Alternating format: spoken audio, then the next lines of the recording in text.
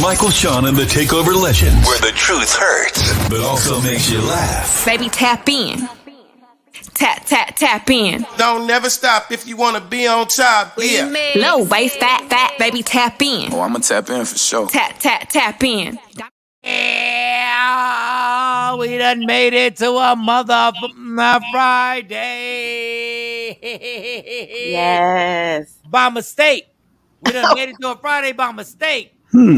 We wasn't promised Friday. Was nobody promised Friday? We was like on Thursday, like, I think I'm gonna be good. We was like, I think I'm gonna wake up. I swear to God, I think I'm gonna wake up. And then God woke you up like, boop, boop, boop, boop, boop, boop, boop, boop. And you're like, oh, mother, that made it to a Friday. I'm on 1,000 right now, y'all. I'm on 1,000 for the next hour and a half. Listen, Kathy Black. What's good? Good morning, Kathy. You can't read neither. And I got my glasses with me, Kathy. Shout out to Kathy. Shout out to everybody in IG Live. Shout out to Action over there on IG Live. Okay, it's Friday. We are about to have a bunch of fun. And no matter what we talk about, understand, even when we bring Dr. Smith on here, no matter what we talk about, I'm having fun. Like Dr. Smith is the most serious person ever, and he drops so many jewels on us. And we're going to talk about how Joey B ain't, how we wasted our vote on Joey B. So, first of all, good. How was your night, Jay Blizzy, Jay Black? You first? You got the Boys in the Hood t-shirt on. You got the whole thing in. Had a good night. Last night was although I lost a couple football bets because it was a whack game. It was Big Brother yesterday, so I had some fun last night watching Big Brother. You know, people got evicted, and the finale is next Wednesday. So yeah, that was a lot of fun. I love watching Survivor and Big Brother, but Big Brother is about to conclude, so that was a good night. You do realize that Big Brother has the cookout and evictions, which is just like racially motivated. Sending me. The alliance's names right now was the cookout was a group of black people, and it came up with the name. Have white people ever had evictions? Yes, absolutely. It's always been a white person to win. Is in 23 seasons. Have they ever had evictions as something that they get kicked off? Have they ever called it evictions? Yeah, you get evicted every Thursday. Yeah, there's a lot. No, when the white people were there, did they call it evictions? I don't know where you're trying to go. No, I don't know what you're talking about. You know where I'm trying to go. I don't know where you're trying to go. Wake up. Okay, Spike Lee. Dismissals. The only time they use the word eviction is when black people were involved. Yes! I'm trying to wake you up, my brother. I'm trying to wake you up, my brother. They have never on Big Brother used the word eviction. Ever. I'm just trying to get you up on. I'm trying to keep you up on the speed. Good morning, Action. When white people get eliminated, they get eliminated. When black people on there and they have the cookout, then they have evictions. It's for everybody, Mike. Black, white, Chinese. Jay Black. When white people were getting thrown off Big Brother, did they ever call it evictions? Yes. Ever. Every Thursday is eviction night, Mike. No. You're watching a black version. I'm saying when white people were there, because Jay Black don't know. He don't watch nothing but if white people on it, he don't watch it. He don't watch Seinfeld. I do. Listen. Big Brother has never had anything on their show that's called evictions. All right, Mike. I'm gonna let you have your energy is so high right now. I love it. I'm gonna let you just rock out and have fun. I'm trying to educate you. You're supporting a racist situation. I told you I had. Big Brother's not. Mo knows what I'm talking about. They called it the cookout, and then if you get thrown off, Big Brother. It's called the eviction. Jay Black is sucked into the vacuum. It's called the eviction. My dude, tell me any other show that what they call you being eliminated is called the eviction. Tell me. Dancing with the Stars. No. Dancing with the Stars, you get kicked off. You don't get an eviction. I'm saying you don't get an eviction. You get voted out. Well, because you're not living in a house. They're living in a house. Yes, you get voted out. They call it Okay, all them white folks that have been there. I want you to Google when we get off the show. Google all the Big Brother episodes and tell me if they ever called it an eviction. Call what an eviction? You getting kicked out of a house? When you get kicked out the house. Yes, it's an eviction every Thursday night. But they've never called white people getting kicked out the house an eviction. You're losing me somewhere. Everybody, white, but whoever is in the house, they get voted out, Mike. So if we all in the house right now, all four of us. Voted, and you're right, they get voted out. What I'm saying is when white people get kicked out, they get voted out. When black people get kicked out, they're evicted. Oh, you're doing the terminology for black versus white, but no, it's not like that. Big Brother's all the same. And last night, it was a lot of drama. Jay Black done stole down for the white man. That N-word is a white man sellout. Oh, man, Jay. Even Mo knows what it is. Jay. Whatever. I had a good Thursday. We had a great interview with our guy, stop. Curtis. I'm not stopping today. Canaan. I'm not stopping today. If I lose all three of y'all as friends, I'm not stopping today. The psychic was on point with several people. Yes, I know. Listen, Big Brother sat up here and changed their terminology from cookout. That's not their terminology. The cookout is an alliance. Like if we came up with a squad name, like the Takeover Legends. That's our name. Yes. So they were just in a group in an alliance and called now the when Cookout. you get voted off, you're called evicted. You getting evicted from the house, Mike. That's some black shit. They made that for black people. Oh, shout out to Human Mill. Look like we up on there on another screen as well. Human Mill, deal with what you got to deal with, homie. Deal with what you got to deal with. Jay Black. We drop when we drop. We start when we start. Jay Black, don't drink the Kool-Aid, please. No, Mo, Big Brothers. Did you watch last night, Mo? Did you at least watch? Oh, you watching I'm the sorry. Last season, last year, did they call it an eviction? Yes, Mike. When people got kicked off, yes. When you left the house, you got evicted. Last year. For 23 seasons, Mike. That's why I'm like, you never watched the show, obviously. I'm asking you so if I Google, if I go off Instagram Live and I Google, it will be an eviction because I know it's not. I know it's not. You're getting evicted from a house. 16 people move into a house. So you get evicted each week you have okay. If you get evicted, I'm sorry. If you get evicted, but you're getting evicted. You're getting kicked out of the house. Mo, can you Google? I'm doing it now. Can you Google, please? Because I have no. Unlike Jay Black, I have no problem saying I'm sorry. My bad. Look into it, Steph. She said we're gonna make her look. She said, "Damn, we're gonna make." First of all, we ain't gotta wait for Steph. We got Mo right now. No. We ain't gotta wait for Steph. Yes, Casino. It's too early. Mike is hyped right now. He got his CB4 energy drink. He got his Black and Milds. He's up. I didn't even take a Black and Mild. Oh, it's Friday. We ain't even play this yet.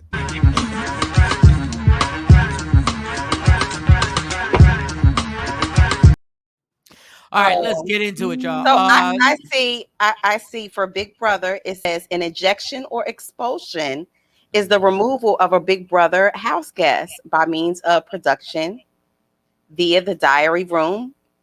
I don't hear eviction.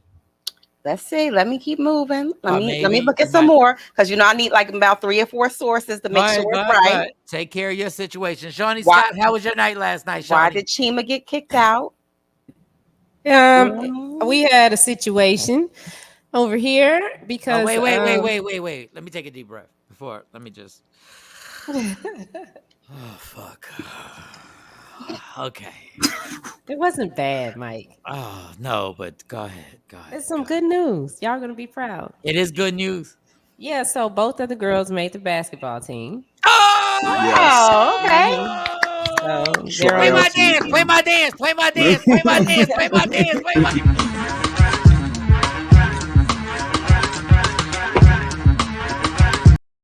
God, that's good. Amazing. Okay. Yeah, and they're on the same team, so I don't have to go to a 6th grade game and a 7th grade game. They both made the same team, so that's good. Okay. And then the oldest is trying out for cheer today, so I had to help her with her they got these dance moves. But I don't really like them, so I hope that she doesn't make it because, I was a majorette, and when I was a majorette, there were certain things we couldn't do. No spreading the legs open, our and band director was like, "No, y'all Shawn, not is doing it? that." Can you back away from the microphone and show us How some do of the moves? Can you show us some of the moves? No, the ones that you don't like. No, but No, I had to teach not her the how to whole move, twerk not the last whole night. move, but what is a lot of bending over and legs being open and stuff like that. No, I mean, well, they popping and stuff, and she don't know how to. My kids, I wasn't encouraging them when they were babies to dance, Yeah, so of they don't, course. they don't know how to do that. So I had to teach her how to pop. And I'm like, and I told her, I said, this Can is you why I back don't away? like this. Can you back away from the microphone and show us how you pop? Yeah, and I had to show her how to arch her foot. No. It's like, this is too much for y'all. Y'all are in junior high, so. But I told her whatever happens, I'm proud of her. I kind of hope she don't make this though. No, we shutting that down. No, Yeah.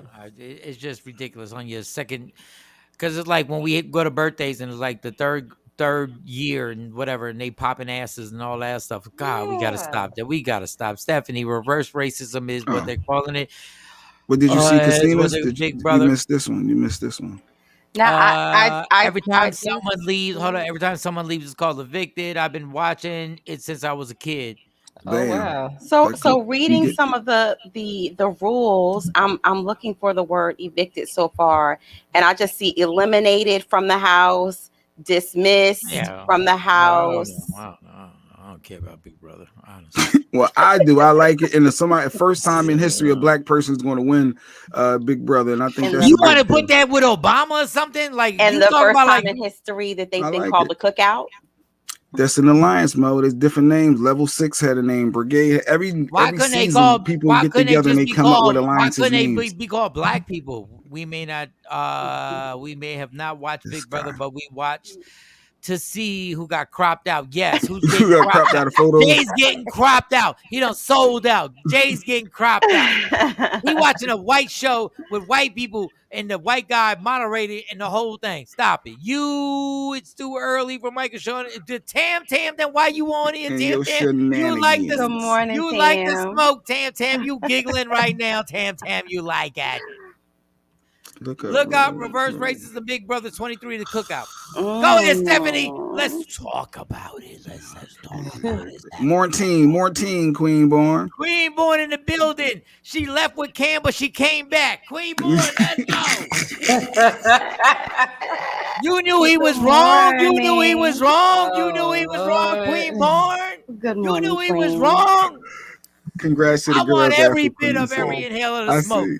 I see. Congratulations to the girls. Yeah. But I'm still stuck with Shawn talking Friday. about she didn't want she let them try out for one thing, but hopefully they didn't get it. I think, wait, why are you going to not support? Why I let them supported try you out? watching Big Brother, and I was like, well, if you want to watch it, he want to watch it. That's him. I want her to That's what he try wants to do. things. If she wants to, if they want to try stuff, I want them to try it. But when I went there to pick her up yesterday and I was watching them practice, I'm like, these girls, number one, they all over the place. It went, well, Mo, like when we were in there, you had to be right. We had to be a certain size. And when you come to practice, you better come to practice like it's a show. Like each practice has to be like on point. You ain't coming to try to figure it out and sort it out in practice. You got to come to practice ready. And dressed appropriately. Yeah, dressed appropriately. Little girl out there, her shorts was, listen, this girl was me and Mo put together.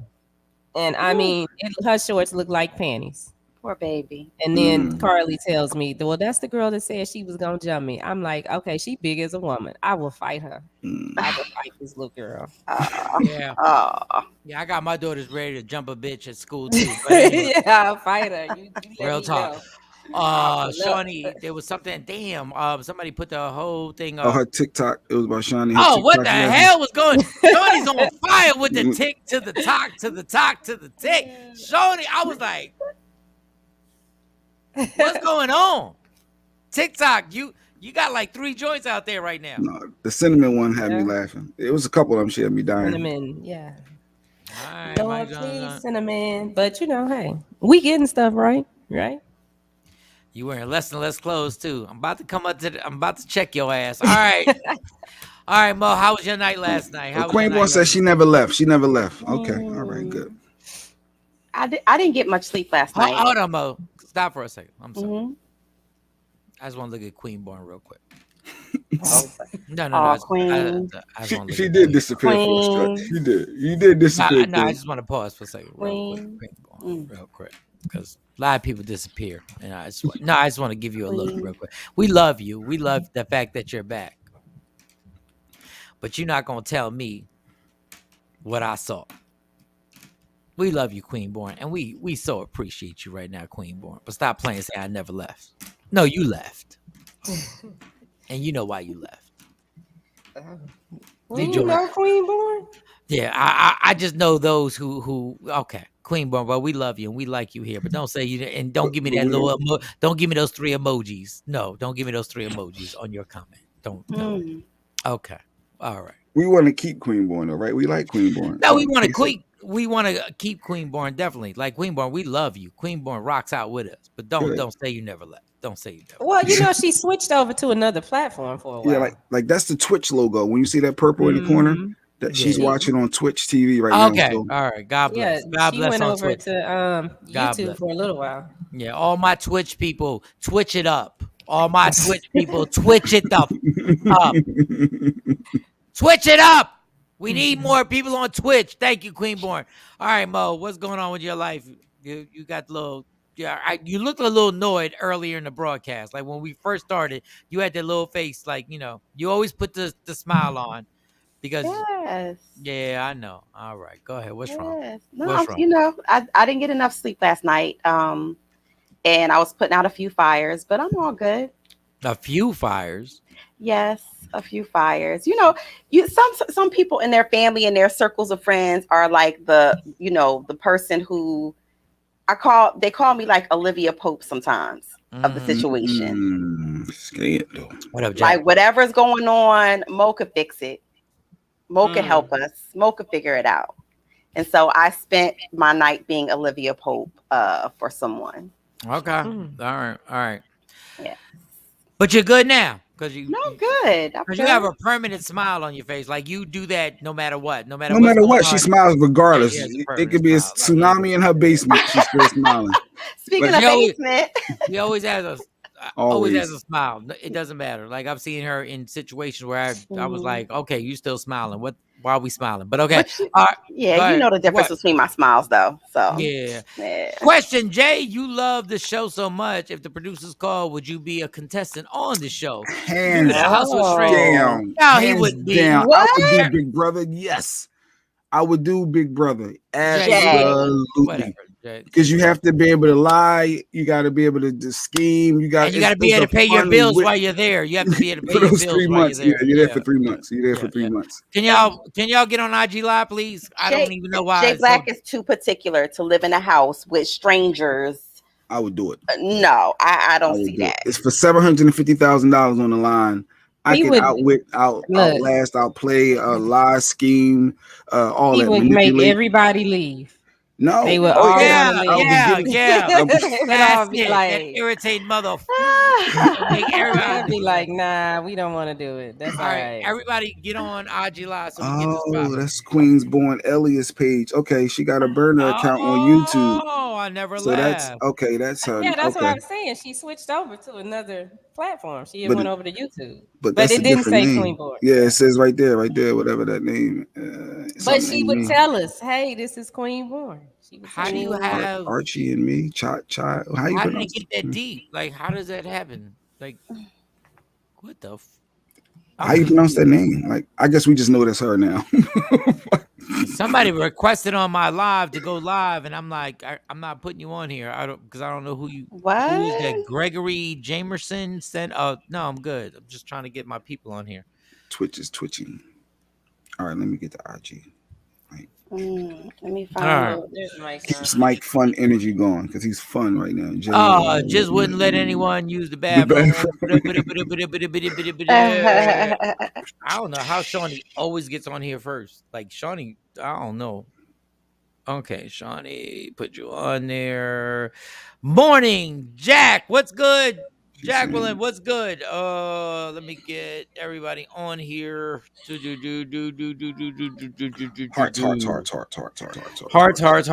Hearts, and then we'll jump into the show.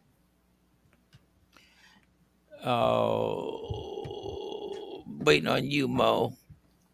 I am coming. Mo, it's Friday. It's gonna be all good, Mo. Whatever it is, whatever you're going through, I girl. am It's coming. Friday. Whatever. I'm not even gonna be Don't worry. stressed. It's Friday. It is. As long as he pulls Oh, here out we in go. I time, see you're you. good. You're Chachi good. and me. Oh, Chachi and me. Thanks. My sister just texted me. That's what that says. Chachi and me. That's what that says. Okay, Queen Boy. Chachi like Happy Days. Chachi wasn't it Happy Chachi Days? in me. What? Ain't Chachi. that Oh, Chachi? Chachi and me. Okay. All right. All What up, right. IG? What up, Friday? What's going on? Everybody's rocking. Okay, we're about to get into this. I just want one more person. I need Bo's going through it this morning. It's too early. It's too early. It's too early. Okay, here we go. Bang. There we go. I found it. There we go. Where's Shawnee go? Where's Shawnee go on the screen? What the fuck? Yeah, she Where's got some Shawnee? technical issues. Oh. The candy pull out. My Let's see. computer Pull out. just like crashed. What up? All right, let's start the show. All right, Mo will be on IG Live. We'll rock out. The badges are always there. Yeah, there What we do go. what do we have options for? What do we have options for? Jay Black, let me know. You had Birdman in the news. Again, I know he played a clip from yesterday talking about explaining why he kissed Lil Wayne in the mouth. And I think that same interview went going viral. Do we have that clip? Yes. Yeah, we got it. I'm putting it up here. There's a clip of him saying how he's more accomplished than the Diddy's and Jay-Z's of the world, and that sparked some debate. Well, I don't even know if it's legit debate, but it started some debates about. Yeah, that's where he lost me. He really shouldn't lose you. Yeah, he's done the Birdman has been very successful. He is very successful. I mean, there's certain numbers. I sent a text message out. There's certain numbers that Birdman has that is absolutely crazy. And we talked about Birdman yesterday. Like, you lost me at kissing Wayne on the mouth, and I'm not gonna. You can say whatever tuned out you after want. that. I tuned out after that. You can say whatever you want after that. You can say whatever. You can say whatever you want. What else we got? It was this daycare thing was in the news about a daycare worker abusing this little black girl, white guy, and it sparked some controversy. People upset. Got a clip for that. Maybe that'll be for Dr. Smith. Maybe we can let him explain how that worked. But once again, it goes back to Mike gonna want to know what the little girl what did the little girl do? That's Mike is going to say. He's not going to say, well, don't push that little girl down. Mike going to know, well, what did the little girl do? Is there a video? Yeah, it is. But we're getting that. We know how you defend. So you're just going to ramble. Yeah. Also, you just go, wait. You're just gonna ramble. We don't have the footage to actually play. No, we're just talking about what you said. What are some possibilities? There was a couple possibilities right there. Yeah, but we can stop at any time. It's already 6:30 my time, 7:30 East Coast time. We can stop it if you got the video. And then yesterday, the fun aspect you talked about doing this morning. Obviously not. Obviously not. He just went right over it. Obviously not. That's your producer. Yeah, you're gonna stick beside him. You're gonna stick beside him. I'm on the mic. That's your producer. I'm here. Doing something different. All right, what's the third one that we can't play a video for? What's the third one? It was some fun clips about music notes. You should better get some music notes within the first couple minutes. Truly, if you're down for the culture. And it was like a little quiz. Like you play a little couple notes of a song, and you should better know at least who's the artist or title, if not both. All right, and it was easy work. Paul, aka Action, said the shooting at Walmart. What shooting at Walmart? Wow. What state was that in? It was in Texas, probably. Jay don't care because Jay wants his guns. Jay wants his guns. I just want to have my right to own the firearm. He just wants his guns. He don't care who gets shot at the Walmart. Now that I'm licensed to carry, I want my rights. He don't care who gets shot at the Walmart because that's all Americans are, selfish people who want guns in their hands. As Mike is going to go buy his. I'm going to buy mine because y'all won't stop. I'm going to buy one. Good morning, Dave. Gun for what? Like, honestly, we got mass murders going on all over the country. But okay, I'm going to get my gun too. Like, y'all won. Y'all won on that. Y'all won. Worker got fired, I believe, on where? Oh, at Walmart. Then they came back guns a blazing. Oh. Yeah, but they own. But they you mad about getting fired from Walmart? But they own the gun legally, y'all. They own the gun legally. So I'm just want to give y'all the hypothetical on everything that happens when you fire somebody and they got a gun in the car. It was in Tennessee. A guy just came in shooting and then killed himself. What? That's a No, mental but- issue. He shot the people that killed himself because he got fired from Walmart. Well, it may be mixing. Everybody who does a mass murder kills themselves. Everybody who just comes up popping. They always wind up killing themselves. That's what happens. Not Dylan Root. Is I get what you're saying though. Not I all, know. but yeah. Jay's just like, it doesn't matter. Because the Dylan Root, certain ones that didn't kill themselves. As long as I got my gun, as long as I can have my gun, I have to have my gun because my gun makes me feel better. Because the first 37 years of my life was fine without. What changed, Jay? From the day you got your gun, your gun, what has changed? What has changed? When you get something legally, it feels good. When you're legally, I want to know. Well, when you got your driver's license, when you was probably driving without it first, and then you finally got your driver's license, it felt like wow, okay. But you protected your family the entire time without it, right? Yeah, with an illegal firearm. I wasn't licensed. And I had a felony. I shouldn't have had it at that time. Did anybody come into your house? Allegedly, did or whatever. anybody come into your house? Allegedly. Did anybody come into your house that you needed the gun, that illegal gun? No, but I had friends call to say, "Yo, bring that heat." Kind of friends you got? I don't know. I'm glad I'm glad you upgrading because I've known you for 20 years and I ain't never said, Jay Black, I need you to bring the heat. Bring the heat. You got your hammer on you. Now, can we move on, Mike? Mike, can we just move on? Can we go to one other topic? Bring the heat. All right. I'm in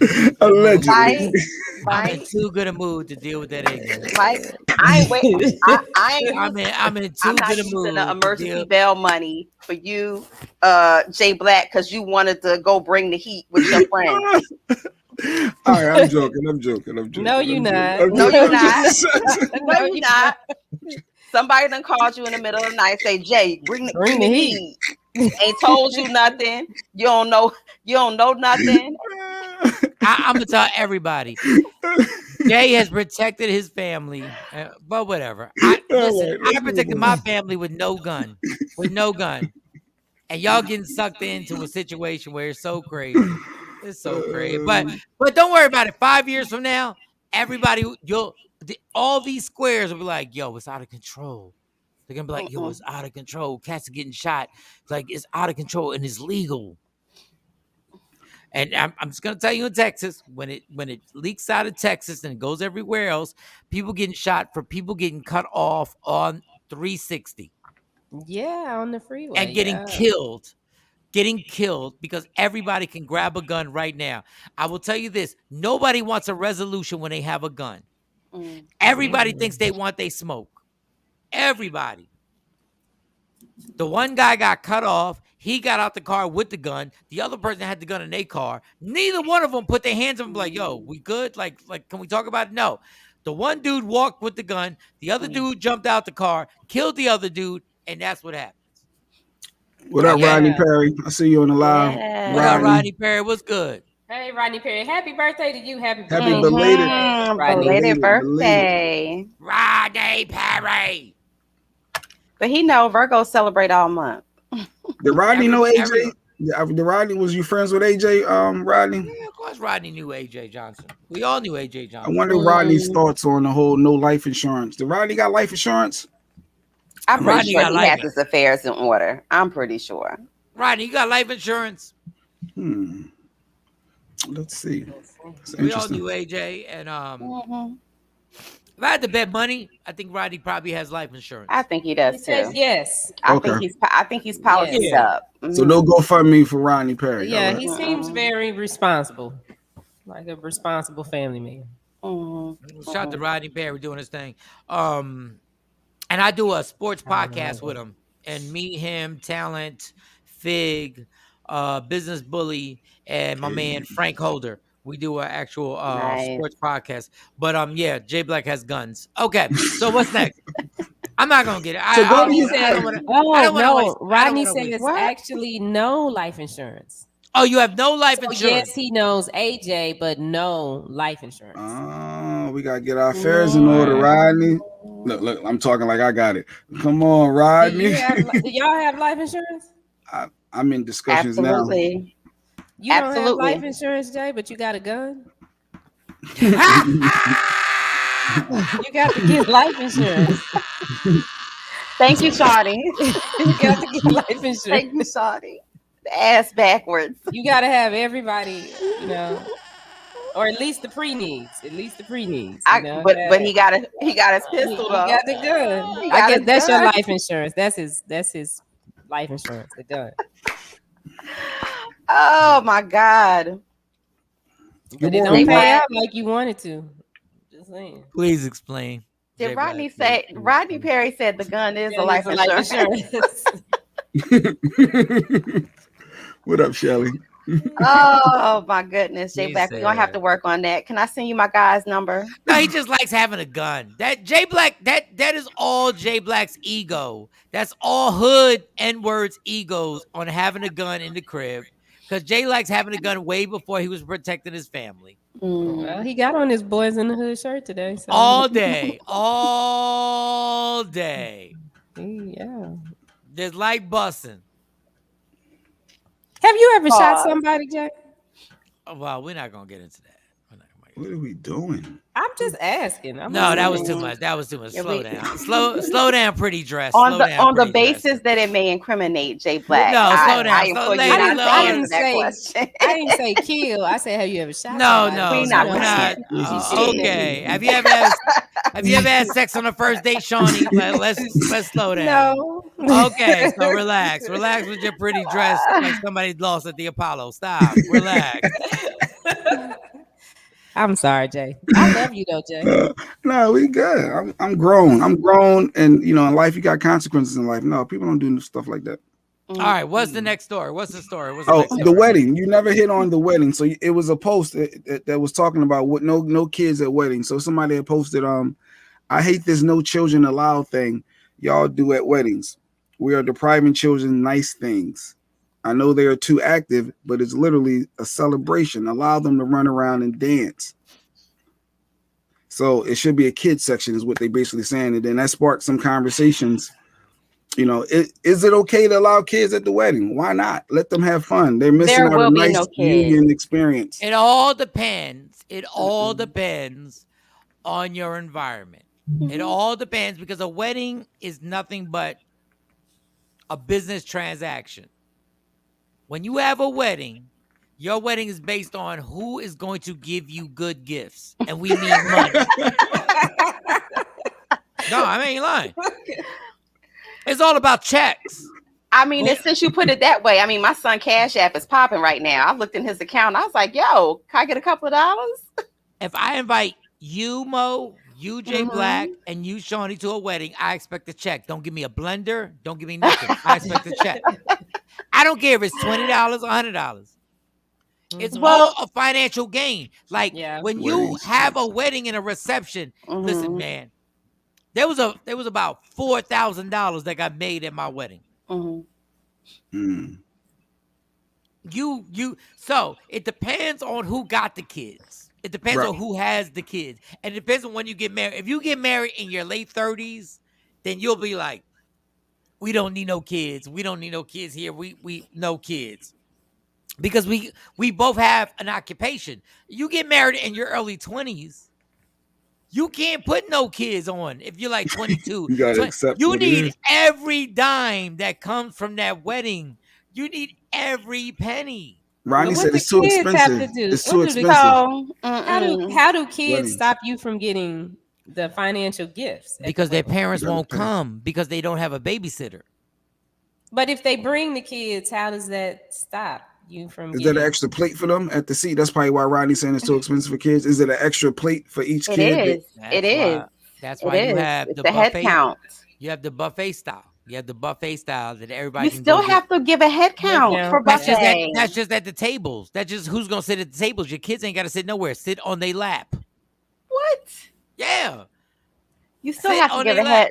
You gotta account for every chicken finger, every. What? They gotta have enough food, Mike. You got to tell the caterer, we gonna have 300 people here. You gotta be kidding. Listen, man. You I don't do. even want to sound bougie. I don't even want to sound bougie. Go ahead. I mean, Mo. nothing short of having a wedding in your backyard where your mama and your granny and all of y'all cook the food. You got to give the caterer a definitive number I didn't give the of caterer. people. No, I paid the caterer a lot of money, and it was a bunch of I gave the adults, and they were kids at the wedding, and they didn't count. I'm just telling you what I There did. will be no kids at my wedding. I get it Yeah. but your age, you're grown. hmm But at 21, 22, 23, 24, you need every check. Well, And if I don't get understand why married, people, I when they don't have do, kids. I don't mind letting the kids come. No. Little Jaheem will not be running running up and down the aisle during my nuptials. No, it's not going to happen. No kids at my we wedding. ain't talking about the church. We're talking about the reception. Even the reception, like the reception, going to be real adult. No. So does it matter if it's more money for the gift? Because generally I always say it's $50 a person, right? You and your spouse is at $100 for the gift, but I have it's given 100 per gifts. person. Like Yeah, I don't even know how that works. I have given gifts even if I didn't attend the wedding. So if I got an invitation and I couldn't go or whatever, I still gave a gift.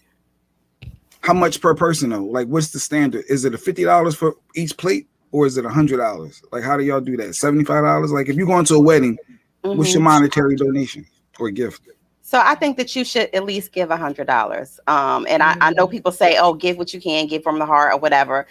These weddings are expensive. I do weddings. And Mike, you wouldn't believe how much caterers upcharge just because it's a wedding. So the food alone, forget all the decorations and all of that other stuff, the food alone that you're spending on your guests, especially if you are somewhere in a nice hotel, a nice venue. Yeah, it costs. All right, So Sexy Mo is a wedding coordinator. So if you would like your wedding, and my daughter actually worked with her, and she does. Yes. Her weddings are amazing. Everything that she sets up is dope. Is crazy. So if you have a situation right now where you're thinking I might get married, Sexy Mo's the person that I you do need to virtual hit. weddings too. And she does virtual weddings, the whole nine. So I want you to contact her. Virtual wedding. What is the IG? What's the exact IG? Just DM me.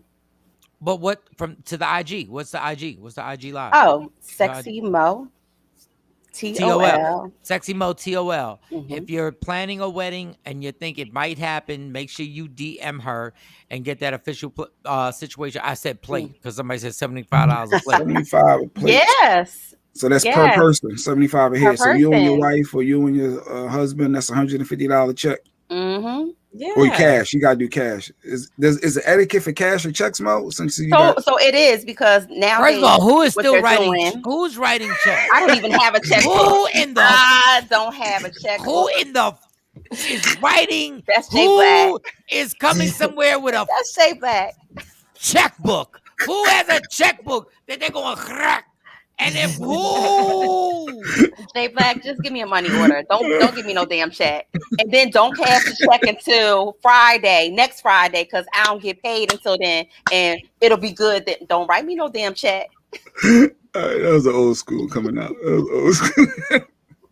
Nowadays, people set up their registries and they actually have a monetary registry where you can donate towards the honeymoon, or you could pay towards their first house. Whoa. Slow down. You talking slick right now. What? You can do what? These wedding websites now, when you set them up, you can either pay, like if you're going to give a gift, they have like the regular registry, but then they also have, if you want to donate towards their first house, or like a down payment on their first house, or if you want to donate towards their honeymoon. Oh, so I can just give $50 towards the house, right? If that's what you desire. Okay, so don't stress me. Okay, y'all. If that's I'll check goddamn. But it's supposed to be the classy way of asking your guests for money. But I always say there is no classy way of asking your guests for money. I've even seen where people ask, put their cash up and their Vimo up. I just want to, like, when somebody puts that up there, like, you can either put towards the honeymoon or you can put towards the house. And I just want to, why are you marrying this broke bitch? Like, I I just want to type in the comments. And my bad. I understand why. Well, Somebody. if they're young, if And then they're like some 20, people live together okay. already. Like if you're Mhm. living together already, you don't need another blender. You don't need another toaster. I don't need kitchenware. None of that stuff that you get when you're married. So sometimes they're like, look, we want to go on a nice honeymoon. You want to contribute to our honeymoon, Ooh, or you can even Kathy. buy excursions on their honeymoons. Okay, so once again, before I say what I'm about to say, if I'm listening. Mo Yes. is excellent, no joke, at organizing, coordinating weddings. He's at the highest level professional.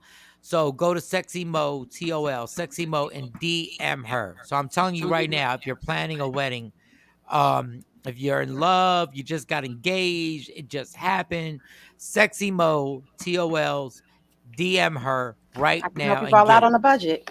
Get it. All right, let me just pause for a second. Yeah, pause. And then read Kathy's after you say what you're going to say.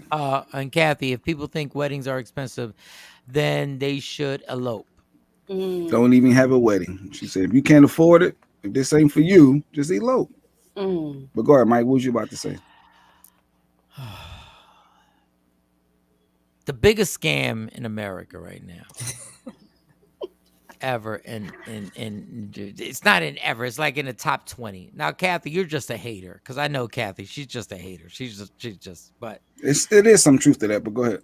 But Jesus, people, if you are not making money, don't go into debt trying to put a wedding together. Just go get married. I agree. Well, you just said what she said. Just go get married. No, but Kathy got hate in her blood. She got hate in her blood. Kathy got hate. If people think weddings are expensive, no, you got hate in your blood, cowboy girl. You got hate in your blood. Listen, people, stop trying. Like, a wedding is simply to show everybody else how much y'all love each other. That's all it is. That's all the church situation is, just to show all the bridesmaids and the flower girls, just to show everybody. People just want to just show off and be like, yo, I really love him, or I really love her. And come on, y'all.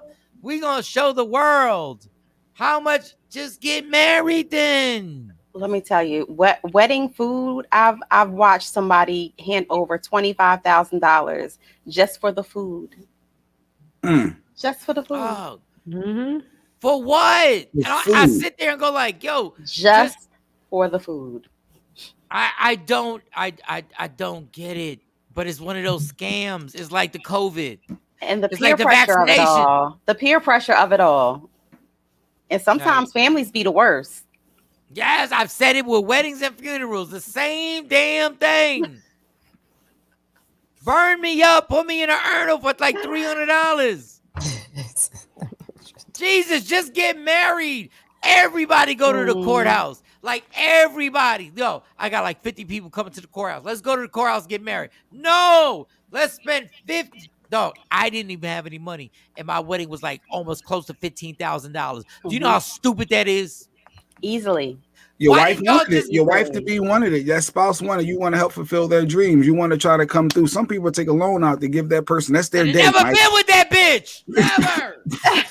That's that day. She let her have her moment. She only get that one. You want to go all out for her, right? That's the theory. If you're grown adults, and y'all put your money together and y'all make it happen, I get it. Y'all decide, yo, we gonna work overtime, we gonna do this, we gonna make it happen, this, and that. I get it. But when you're in your 20s and you got parents paying for stuff and everybody's going through their thing, you got wedding coordinators, and Mo, I had a wedding that I was in that they had 2 wedding coordinators. And they clashed at the church during rehearsals. I'm pretty sure. And it was so good because I was drunk at the rehearsals. And it was so hilarious that it was a gay guy and a black woman that went into it. This was classic. I wish there was no times when I could record it on my phone. Oh, that was excellent. But the behind the scenes stuff is crazy. But my thing is, like, if y'all want to give up all this money at the reception, why can't somebody just say, let's all go to the courthouse and everybody cut a check, and then we go from there, and we go to Fridays. No. You'd be Yes, Tam. surprised, Cameron. Yes, Yes, Tam. people take They out do. whole full loans, like Yes. $50,000 loans, and they're paying it back after they get married. And I'm telling you, some of that stuff can end up in divorce because you're fighting over money, over a wedding you still paying for. Mm.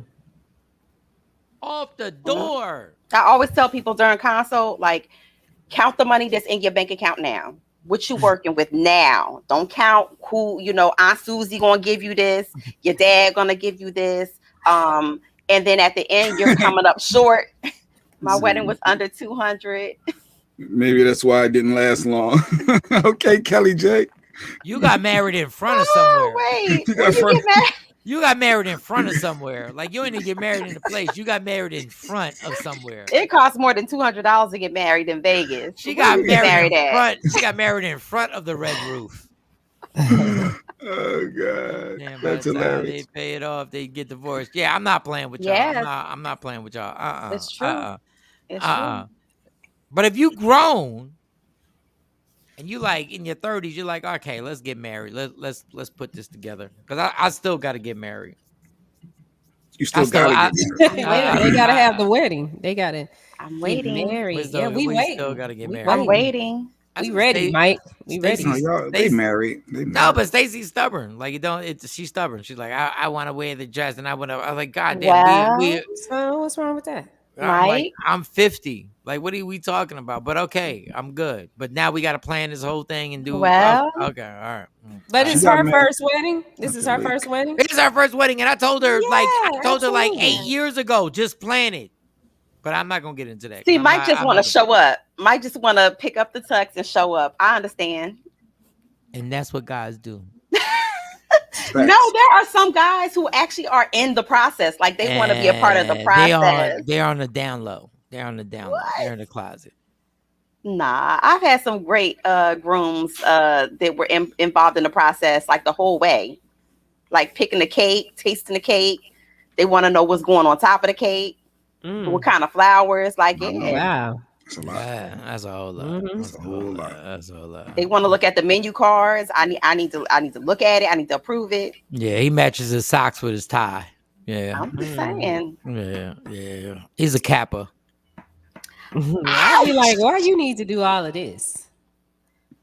What's the budget for your wedding when it happens? Well, I had a wedding and we spent $20,000. Oh, And it was a beautiful wedding. It was a Oh, beautiful wedding, but it God. was just a show. I mean, we ain't married now. So, See, but Kelly, it was don't matter. You can have a really nice, man. beautiful wedding. beautiful, we had, Still don't matter. and it was kids there running around. I was fine with that. That's We why had a people whole don't think. bunch of stuff. We had a bunch of stuff. So Yeah, so I've always planned that once I do get married, that I'm going to have a weekend experience for my guests and my family. I plan on only doing it one time, and so yeah. But because I do this, it's not going to cost me as much as it would if I was to have, somebody else do it. I'm not going into debt for my wedding. I'm just not. I'm not going into debt. It could be beautiful without you going into debt. yeah, see, Shawn- you had a plug. You got the plug. So Sean Robinson said, wait a minute, my socks was matching my tie too. I'm just saying, dog. Don't get off, don't get insecure. It's all good. My socks have matched my shirt also. I just, I'm not doing all that for like weddings get to the point where you go like when I've been to weddings, weddings. And I sat there and be like, I've been to weddings. We got a family friend that I've been to weddings that I know they spent like $80,000 on. Easy. Easy. And I've been there looking at everything and the ice sculptures and everything. Flowers hanging from the ceiling and everything going down and all customized stuff where, they got the salsa band, they got the jazz band, they got this and that. I'm sitting there going, why didn't y'all just give them the money? well, most people like that, they get the money too. One of my girlfriends had a wedding like that like Welcome back. Whatever money they give you, understand if they get the money, whatever money they give you on top of that. So let's say they spent 80 on the wedding and they still gave you 50. You could have easily said, give me 60 of that and we can make this wedding happen. Well, Like, Jay Black is producing my wedding when it happens, and so nice. I'll have sponsors. I'll probably have Ciroc, and I'll probably have Hennessy. No, Honestly, honestly, I already got it. That Jay Black no, is producing. I just say go get married, yo. Go get I get it. Y'all want the moments in life. Every life is based on moments and everything like that. But I'm not dealing with the stress of anytime we got to do rehearsals. When we have to do rehearsals, I'm like, no. Well, Michael Shawn, I mean, in defense of that, a lot of times the guy, I've watched guys, you chewing gum, you on your phone, you can't do that. Like, or I've even seen people pull out their phone and try to tape their boys getting married. Like, you got to be in the moment. So it's a lot of little things that you need one for. You'd be surprised. People don't know how to walk. They got two left feet walking down the aisle. I'm taking Stacy to Las Vegas and we get married. Can we at least come? What? Yeah, you gonna invite us? Can we at least come to Vegas? Oh, like witness? Y'all make things complicated. Y'all start. There'll be too much pressure. Then all of a sudden, I promise I won't. Then somebody will be like, "Well, why ain't you invite the kids?" And I'm like, "Well, because the kids can't come to Vegas." And what your mom gonna think? What you ain't gonna call your mom? I'm gonna have FaceTime everybody. I'm gonna have the first wedding where everybody invited is on FaceTime. No, I told you I do virtual weddings. So we gonna set it up to where everybody gonna be in their own house. You're not hustling me. Listen. Janelle nailed it. Free. Jeanette said it. It's a show for family and friends. That's all the wedding is. It is. Mm-hmm. So if you just do it for you, Mike, like you're saying, just you and Stace. Bam! It's about y'all. Ain't nobody gonna be in your wedding and your marriage when it's problems. Right. It's just y'all. Like so. You know what? I like that. And Tam, you right. I'm gonna show with my black hoodie and my NY chain on. Yup. Thank you, Tam. Exactly. You gonna have your New York chain on? I'm gonna have my New York chain hanging. It's gonna be a black hoodie. It's gonna be all good. And I don't even smoke weed. I might have a blunt in my ear. Adelphia in Bedford. Mm-hmm. Groom was in the military. With his discount, it was still $125 a plate. Well, damn, Super. I want to know what you got charged. Wow. Put your number out there. 8 table house, 8 people. He had 8 empty tables of guests who didn't come. What you charge, Super? Right. No, did you give him wait, Super? Did you still charge him full price, knowing that he had a dud turnout? Or did you say I need my money? 80 people. Super got more than Super got more than a regular DJ fee, because weddings they ante up and put a little bit more tax on that. So I know he got paid more. He had 8. Wow. We dressed nice, went to the courthouse, paid for a marriage license, got married with one witness, and went out to dinner 21 years later. They still together. Okay. She's divorced. No, she's divorced. Kathy is divorced. 21 years later, divorced. Oh, it didn't work. God damn it, Kathy. Can you explain everything? You worried about me reading shit. Can you explain everything correctly? We was clapping. You should have gave us. You should have prefaced it first. Yeah, they co-grandparent very well though. Oh, nice. Yeah, they co-grandparent very well. Kathy. Nice. So, and you want to shift gears to have some fun with the music selection, Mike, before Shawnee has to leave. So it was little clips. If you should, they say black folks, you should know some of these songs, at least artist and title. You know what? You gotta go. You know why it's not gonna work? Why it's not gonna work? Oh, you know what? I think I know how I can pull it up. Because if I play it from there, it'll take us out. Johnny, before we even get into this,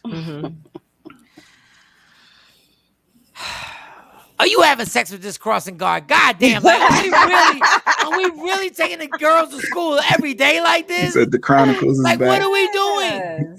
Yes. Who are you trying to talk to when you over there? I'm here for it. Like, you literally dropped the kids off. I am what here you have for on. it.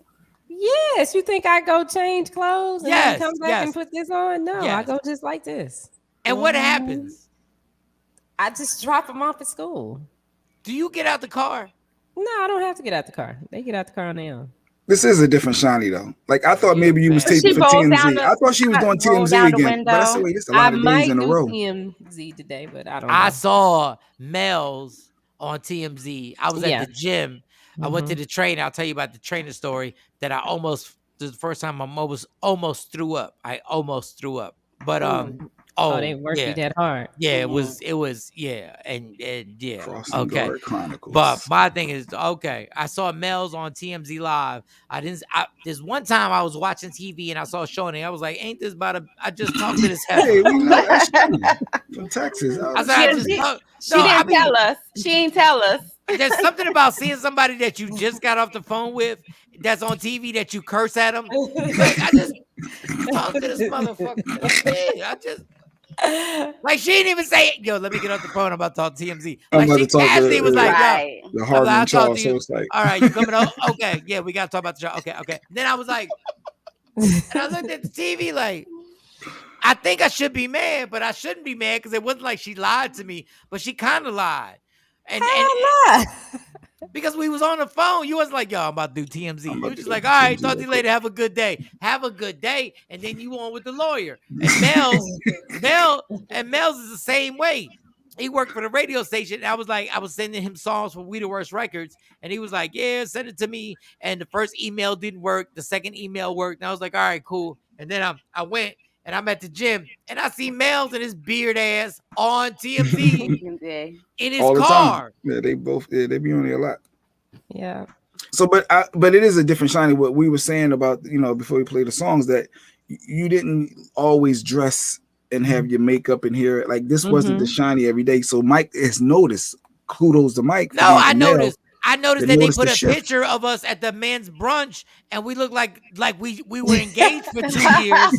Like we took a picture together, and we were actually like, this is a Pisces and a Sagittarius. Like, I was like, what? Like every time I see her now, I'm like, God damn, Shawnee. I'm like, all right. I said, all right. Yeah, I mean, we just, okay.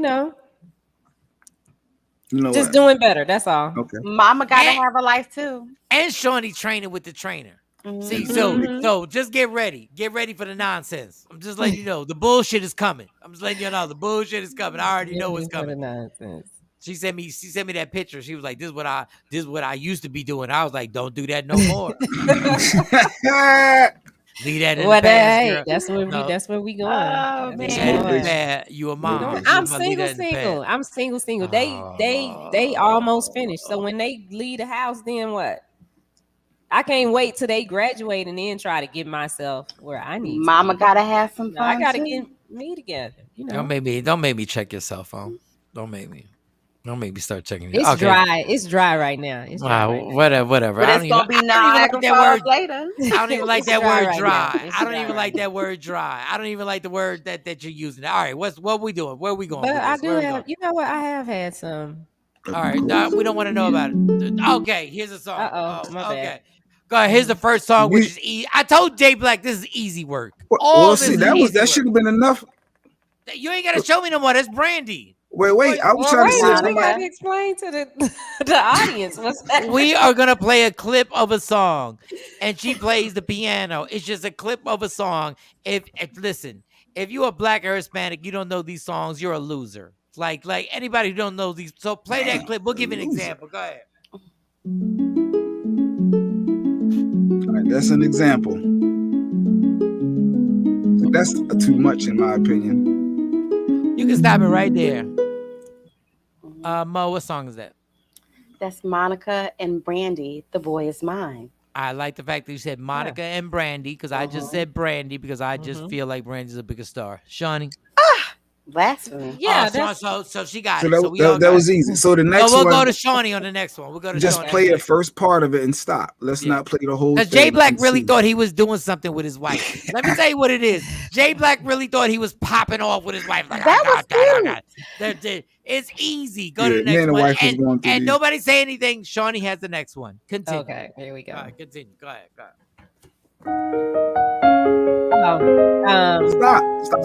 It still got to play. When I push play, it still got to finish so we can get to the next. No. Only Shawnee can say when to stop. It's her song, so she says when to stop. So that's Casey and JoJo, All My Life. Yes, there you go. All My Life. And it still has to play. Okay, Jade, it's you. I can never find another lover sweeter than Dave got it. All right, stop. That's for the listeners. What was that? Listeners. No, Jay That's Black, so it's not smart. for the listeners. What Oh my song is it? God. Come on, Super Music. I'm gonna say Director. what my wife said it was, because this was the one that she got wrong, in my opinion. And we were going back and forth. She said it was Omarion. Yes. In my mind. What did you say? What did you say it was? With Bow Wow? They sampled it. Yeah. What did you say it I was, know. Jay Black? I said what Kelly J just said. You see what she got up there? That's Lufa. What's the name of the song? That's What's the name of Lufa the all song? day. That's Lufa. What's the name of the song? Wait, I didn't even focus on the title. As soon as I heard that's Lufa. Let me hold you. No, it's only for one night. That's the name of the song. Only for one night. If only for one night. Only for one night. You're whack. Whatever. All Give me my right, song. finish playing it out, Shawnee, so they can hear it. Let me. Yeah. Hold up.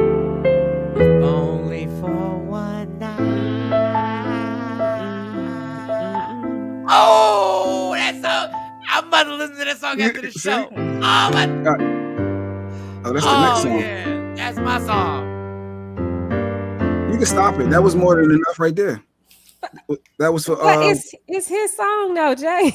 No, but he need to catch it. Talk for a minute, girl. I know. Come on, stop. It's Tevin Campbell. I'll kill y'all on this. Wait, Shawn Robinson for the last one. Shawn Robinson said, "Wait, was it that was Fat Luther when the song was when the song was released? That was Fat Luther." Y'all don't want no smoke with me on this. Okay, Joe Pearls. She got the Can We Talk? Tevin Go Campbell. ahead, Mo. Go ahead. Can we talk? Come on, stop. Go ahead, Mo. You got the next one. No, that's the same song. That's the same song. It is Same still song.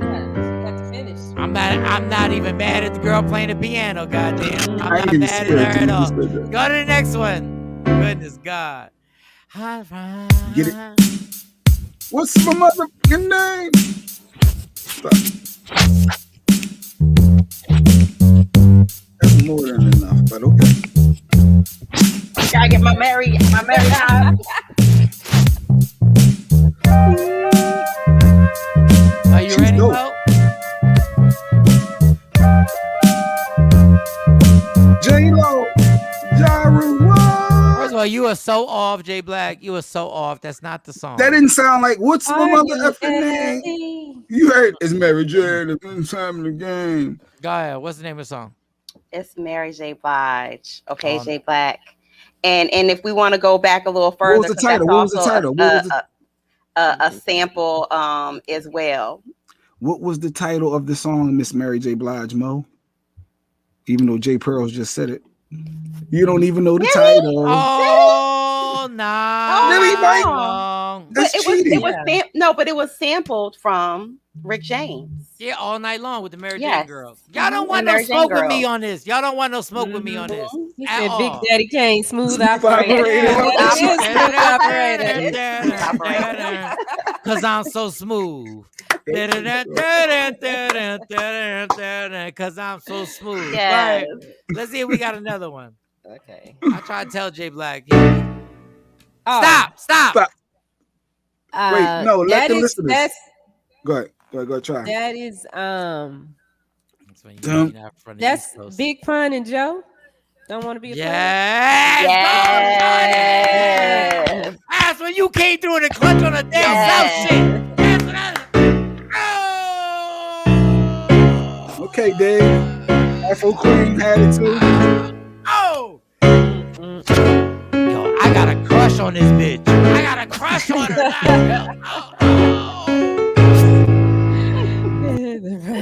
I got a crush on this heifer. Who is this hoe? Every disrespectful word. She's talking about I love her. I love this hoe. God, she's amazing.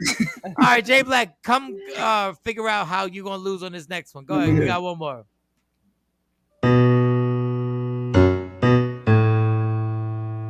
I'm good.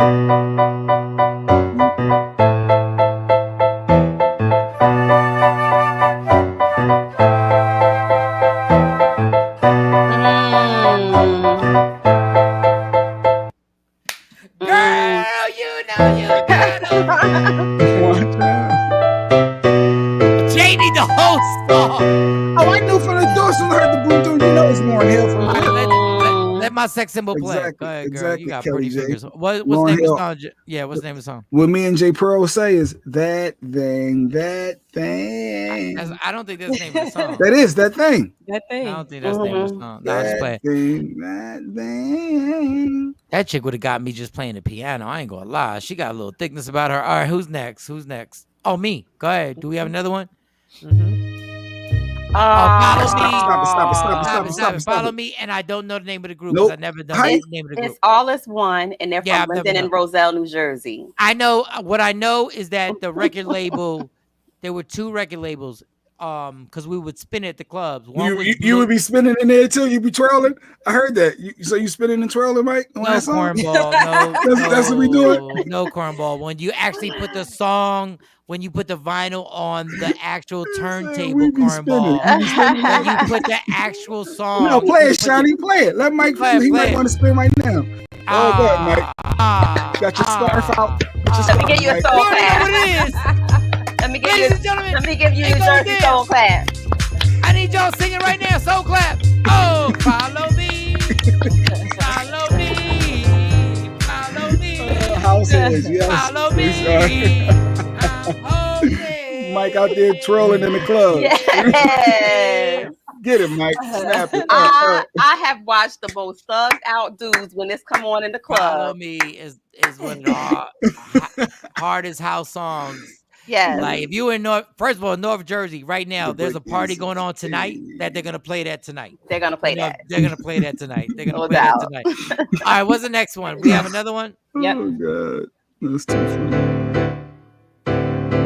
Stop it. Come on, Mo, you got that Come one. on, You somebody. got that one. Who's up next? Frank- Mo was it? Frank- Or Shawn? Yeah, Mo. Yes. Mo. Go ahead, Mo. Yes. Go ahead, Mo. Frankie, Beverly, and Maze. Oh, you didn't say Yes. Beyonce. You didn't say No. What was the name? Beyonce. What was the name of the No. song? What was the name of the What's the song? name of What the was song? What No, was the no, name of the before song? I Let's Go. There we go. You can let it play out now, Shawnee. Let it play This out. Yes. is the best breakup song ever. Mm.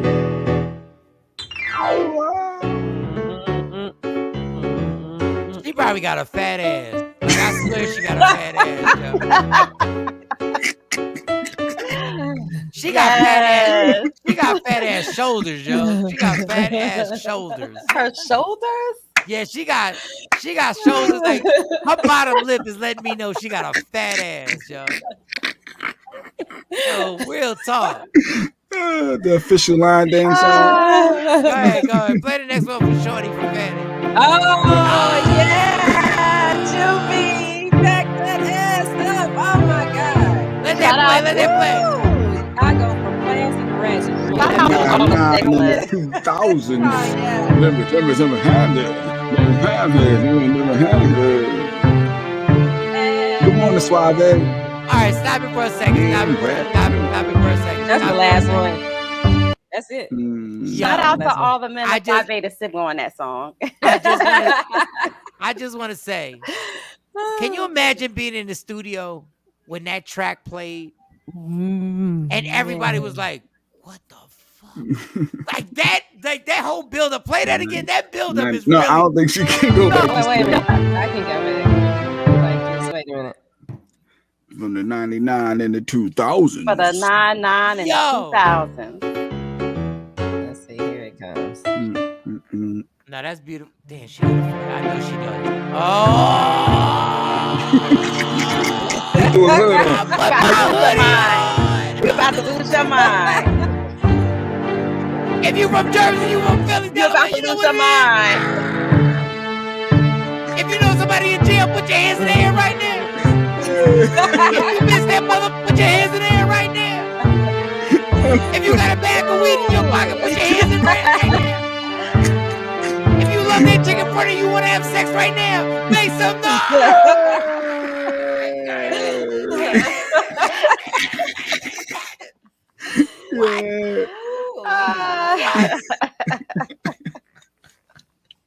Yo! Yeah.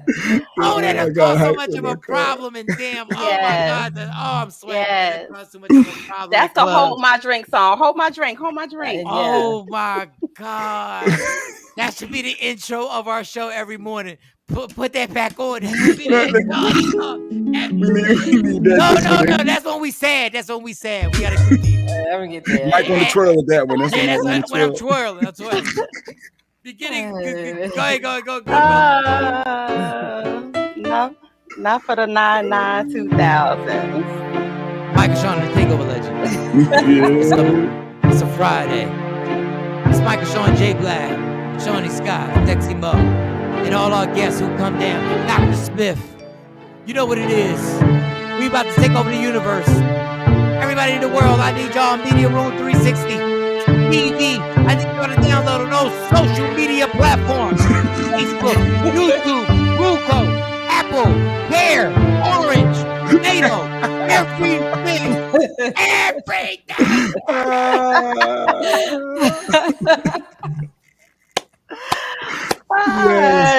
J Black hooked that up. Go to Birdman and see if we can get the clearance. Go parley with Birdman and see if we can get the clearance on that. Not the original track from that song. We don't care. It was a sample? It was a sample. Yeah. Somebody had to play it on the keyboard. Yeah. Somebody had to play it. Yeah. Was that a Manny Fresh beat? Was that did Manny Fresh do that one? Is that a Manny Fresh beat? Manny Fresh. That was probably Manny. Yeah. You will hear all the women screaming. That's my song. That's right. Yes. Hold my drink. You go from classy to ratchet real. Well, I know I go from classy to ratchet real. You can grind on a virgin's ass at the club when that song comes in. Take that from the top. Bring that virgin ass. Come here, girl. He said if you didn't get any booty off that song at the club, just leave. You failed. Left that club. You failed. When that song comes on, you've been standing next to that chick for like 20 minutes. When that comes on, if she don't look at you, be like, just come on, punk. Just come on. You scared to ask me. Just come on. Yes. I'm about to come to the stage. Mike ready to do a club now. I'm ready to tell some jokes right now. God damn. This is hot right here. I think my shirt says I'm classy until Cash Money starts taking over for the 2000. Yeah. We can get Dr. Smith to rap over that one, huh? Freestyle. Girl, I know you've been looking at me. I saw you. I'm adorable. And I don't mean to be disrespectful, but bitch, you've been looking at me the entire time. Girl, hold my drink, girl. Hold my drink. Come hold on, my girl. drink. Me? Just come on. Me? I'm coming. You a Gemini? Oh, you a Sagittarius? I'm a Virgo. Bend over. I don't even know you out. Not to bend over though. Okay, click on the back. Okay, never mind. I'm sorry. Not to bend over. My bad. Oh, if that beat would have dropped, I would have broke my laptop. If there was a beat, I would have broke this laptop. Wow, I'm so hyped on this. Kelly driving, she had to pull over. Kelly had to pull over. Stop playing. Kelly, can you imagine if you're not sure, like y'all in the room together? Like you went to his house. Oh shit, he came to your house. He's like, yo, I'm not gonna have sex with him. I'm not. And this song comes on, like, dog, like women, I know you want to have values, but if that song comes on, look, they go all out the window. They going all out the window. Yo, I wasn't gonna do it, girl. But Cash Money came on. I did it, girl. Oh my God. Oh, you would take do it. You would take your bra, pop your bra out your shirt at that point and just pull it out. My girl's too big to do all of that. It take a moment. You gotta latch like 5 hooks on mine. I can't just be free. Mo will slap you with a 1-2 with the titties. Like, you here now. Wait a minute, here you go. Let's see. Here we go. What we got? Here we go. What is it? Oh, just the full instrumental. Yeah. I think we can get away with the instrumental. Can we get away with it? Yeah. Instrumentals we good for you, dude. I'm here now. I mean, I know you said you ain't want to do nothing. That's all you need. I know you said you didn't want to do nothing, but I'm saying I'm here now. I don't even know. Oh, when the beat hits, it hits different. Slow down, Mike. I'm watching you. Be careful, Mike. Hey, don't hurt nothing. Take that from the top. Okay. Okay. What? Let me tell you, I got Don't hurt newfound respect yourself. for Juvenile. Girl, stop playing. No, I ain't got no condom. I ain't got no condom, girl. We just met each other. I ain't got no condom, girl. Just let it You ain't happen. getting Let it none if happen. you ain't got no condom. Let it happen. I know I got a pink hoodie on, girl. Come on, let this happen.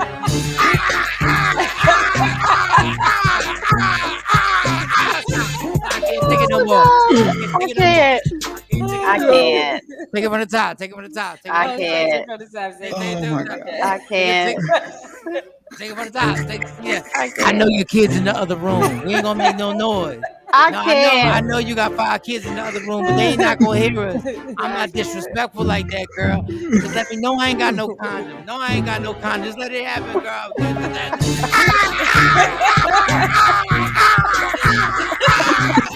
Stop. I can't. Stop. It's the beat. It's the beat. Play it again.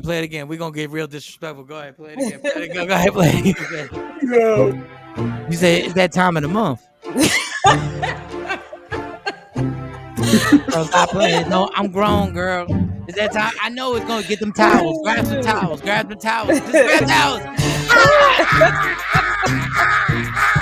Grab the towels though. Michael Shawn said, "A period don't stop nothing but a sentence." It don't stop nothing. The period don't stop nothing. Y'all but the it's- Cash Money and Juvenile, damn it. I can't. I cannot. It's something about that song. It's something I about kind the of beat. like that. It's the build up. It's the build up. The It's the build up build-up. kills you because you like, what are they about to do? And then when that beat drops, and then That's Juvenile don't help none because he make everything very simple for everybody to know all the words to that. I don't care if you from the East Coast, Yes. the West Coast. Juvenile killed that. Oh man, happy Friday to everybody. Man, listen. When we take over the world, I'm telling you, when we take over the world, and this happens on a Friday, and you driving home or you driving to your job or whatever you're doing, or you driving from your side chick's house, you're gonna be like, God damn, why in the hell has it Not taken the so side chick's long house. for Michael, Shawn, and the Takeover Legends to be on here? Spread the goddamn word. Spread the word. And everybody in IG Live. Y'all didn't hear the song. So y'all didn't get the full. Y'all didn't hear the full. That's why I say download Media Room 360 Yes. TV. Yeah. And then go to all social media platforms. And then you can rock out and you can hear everything. All right, Dr. Smith comes on when? Dr. Smith, he's actually they still filming the Adam Sandler movie, and he has another scene that he's doing today. So he's going to be checking in.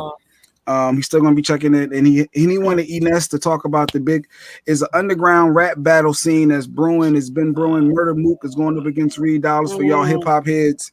It's undercards, Mike. This is such a big event that's happening this Saturday. It's happening actually in Texas, in Houston. Really? Oh yeah, where? In Houston. It's Houston, Texas. It's happening. Okay. And so E.Ness is going to break it down. E.Ness should be joining. He just texted me that he's up. He's ready. I think he should be coming up in like 5 minutes with Dr. Smith. And Hey, E.Ness be getting hype. We let E get super hype last night off that cheesecake thing. We all hyped today, E. Oh, I'm gonna miss it. I love his energy. We all hyped today, E. I love his energy. He be hyped. He was like, I had to write 5 verses for every damn song. That is hilarious. But you know what I can say about him is that like a lot, you see a lot of rappers come in the game and they passionate, they come from the streets, and then they kind of like they sauce and kind of taper off. He still hits it every time. So I'm excited. We get him to rhyme. I'm gonna get E.Ness to rhyme too. We should get him to do some freestyles. Okay. No, I'm saying I respect his game. I respect his hustle. I respect his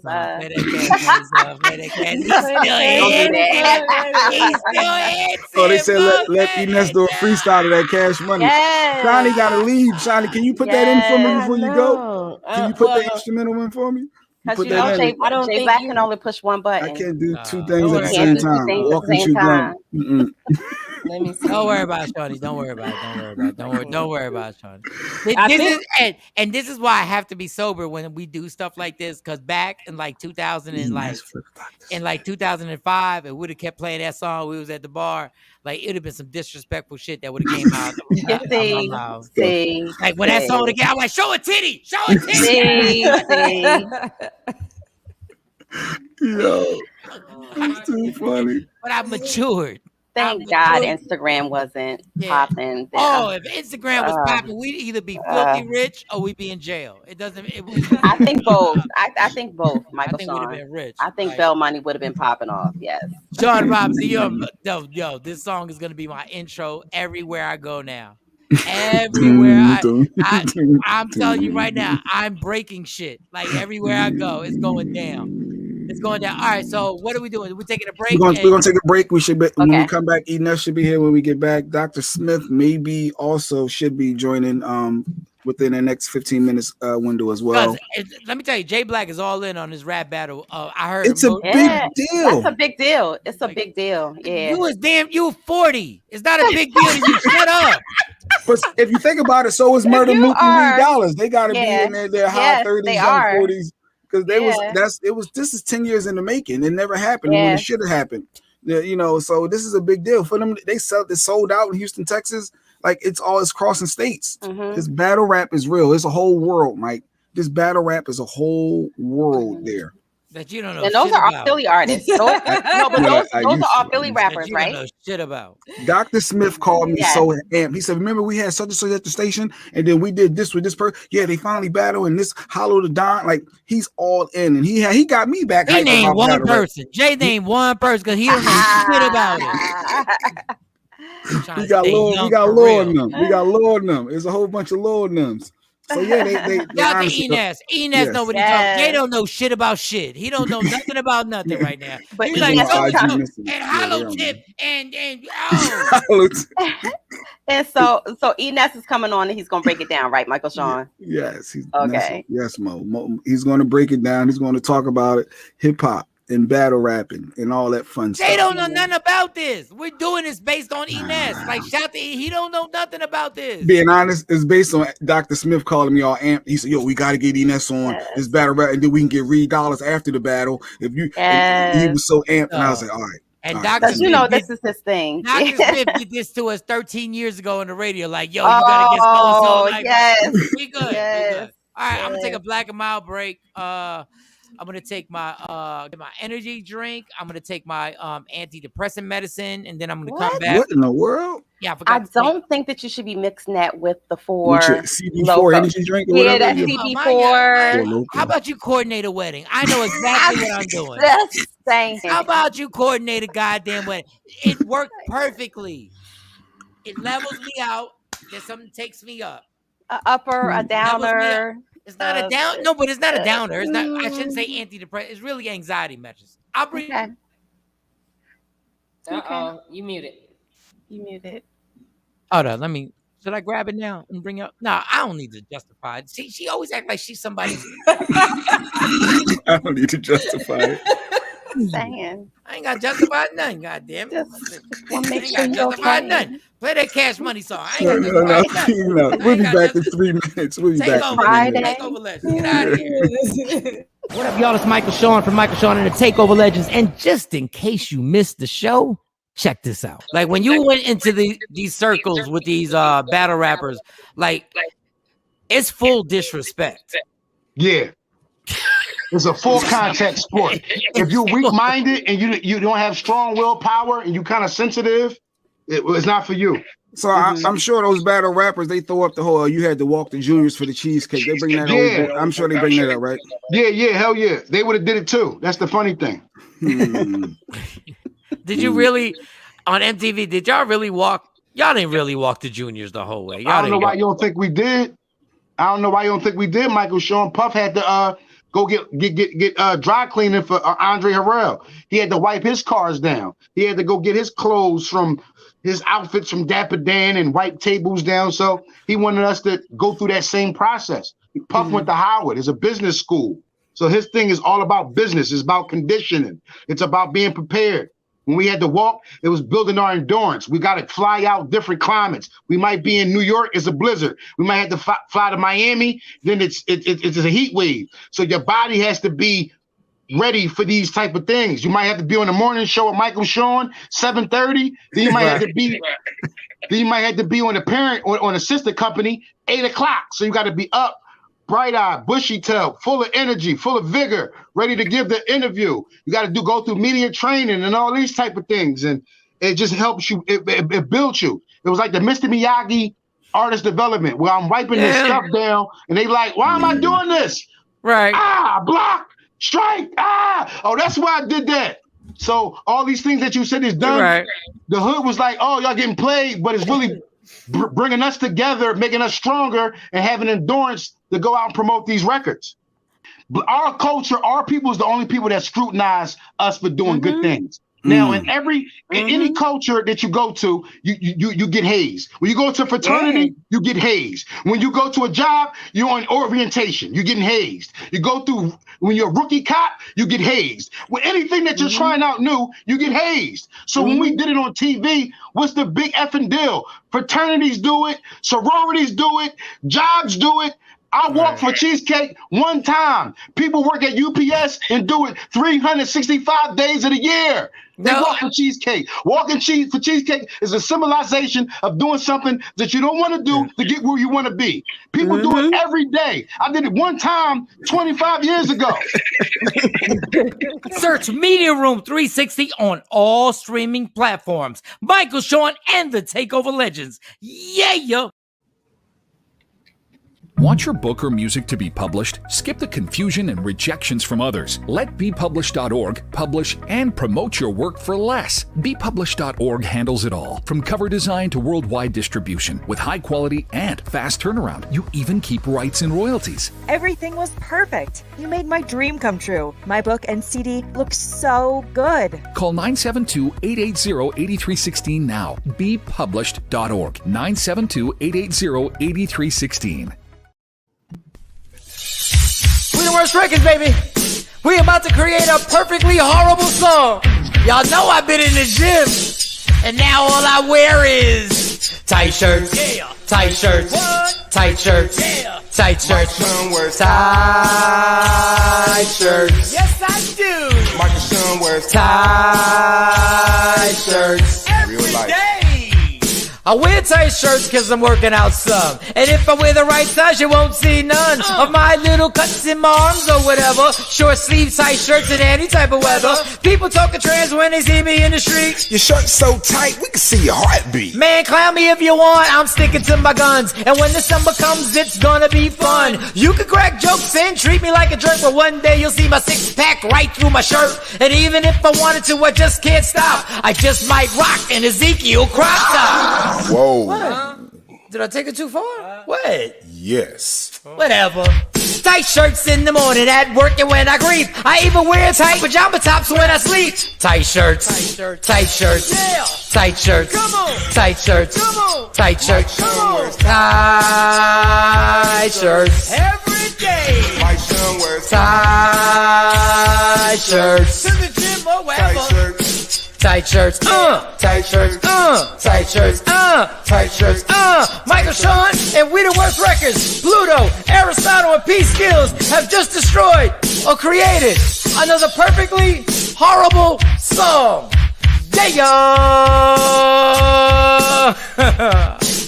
Check out the next single, Grown Man Wearing Skinny Jeans.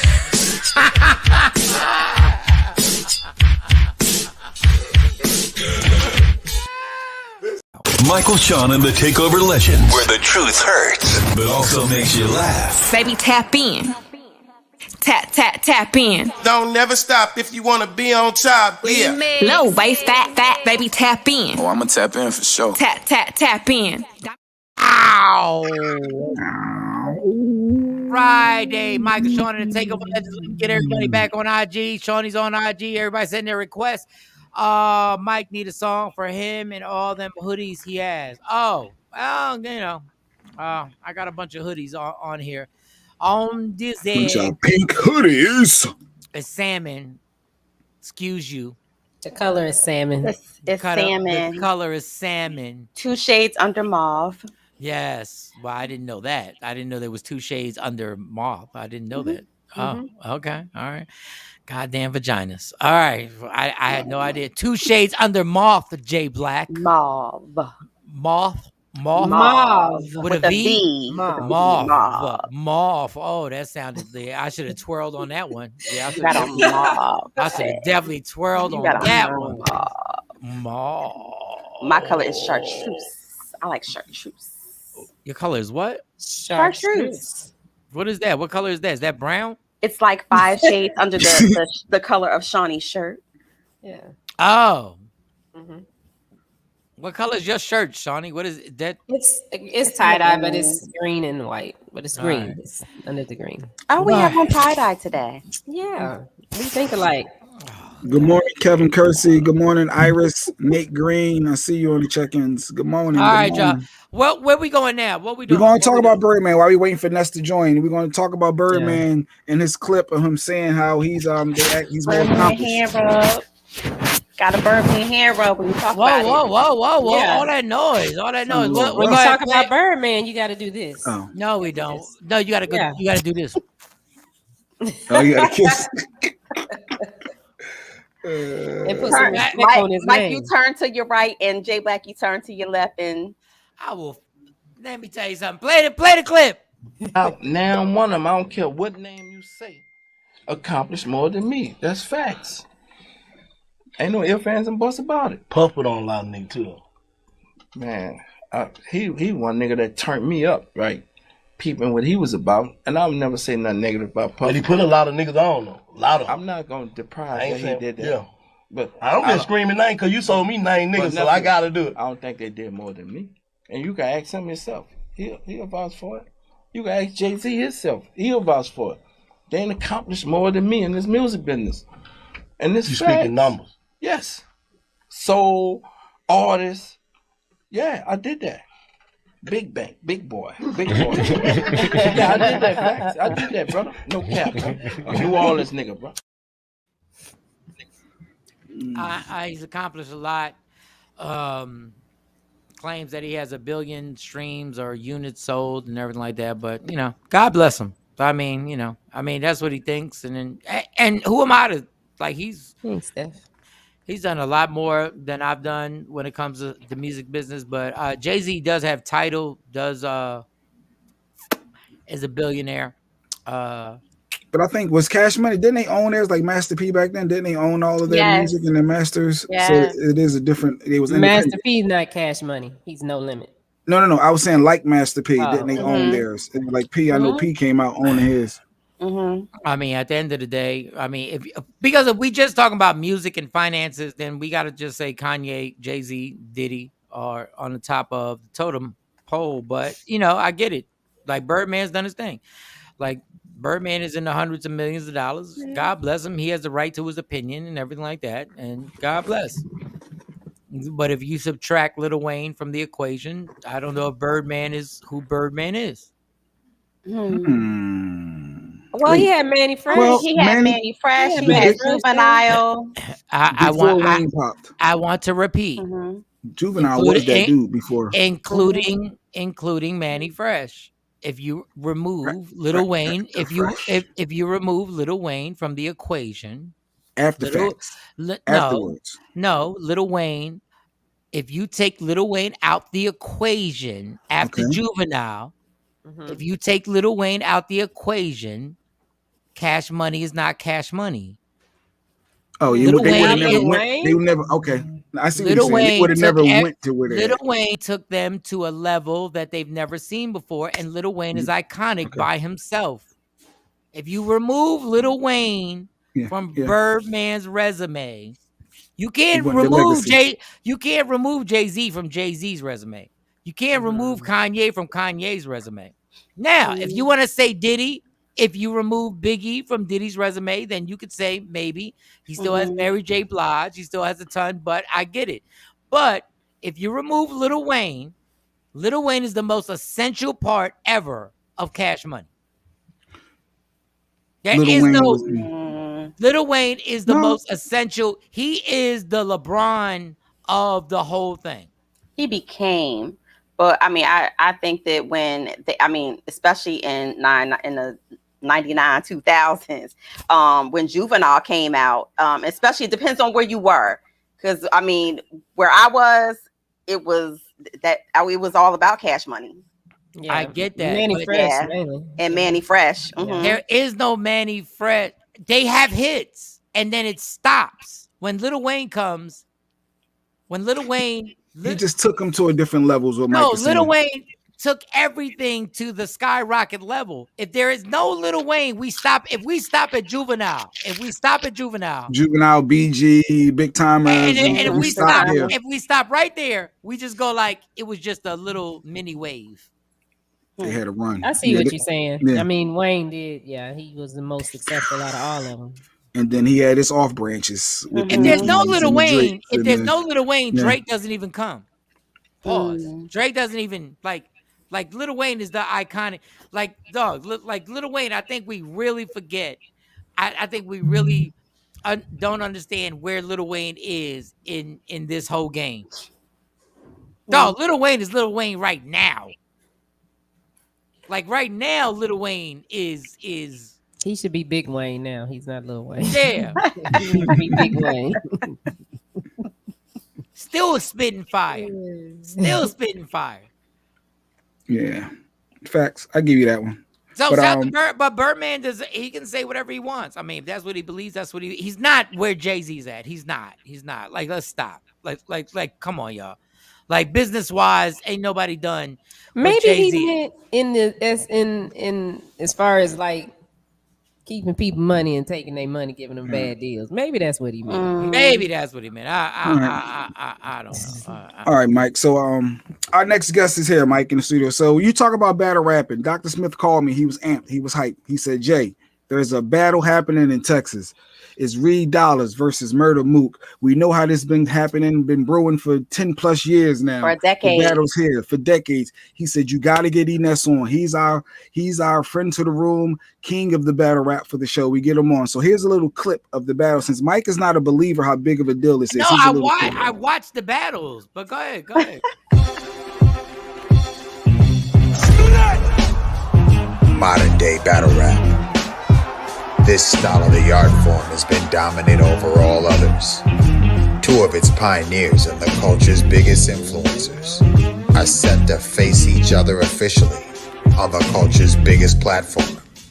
Finally, the culture and the two cities these leaders represent will see a battle fans have been talking about for over a decade.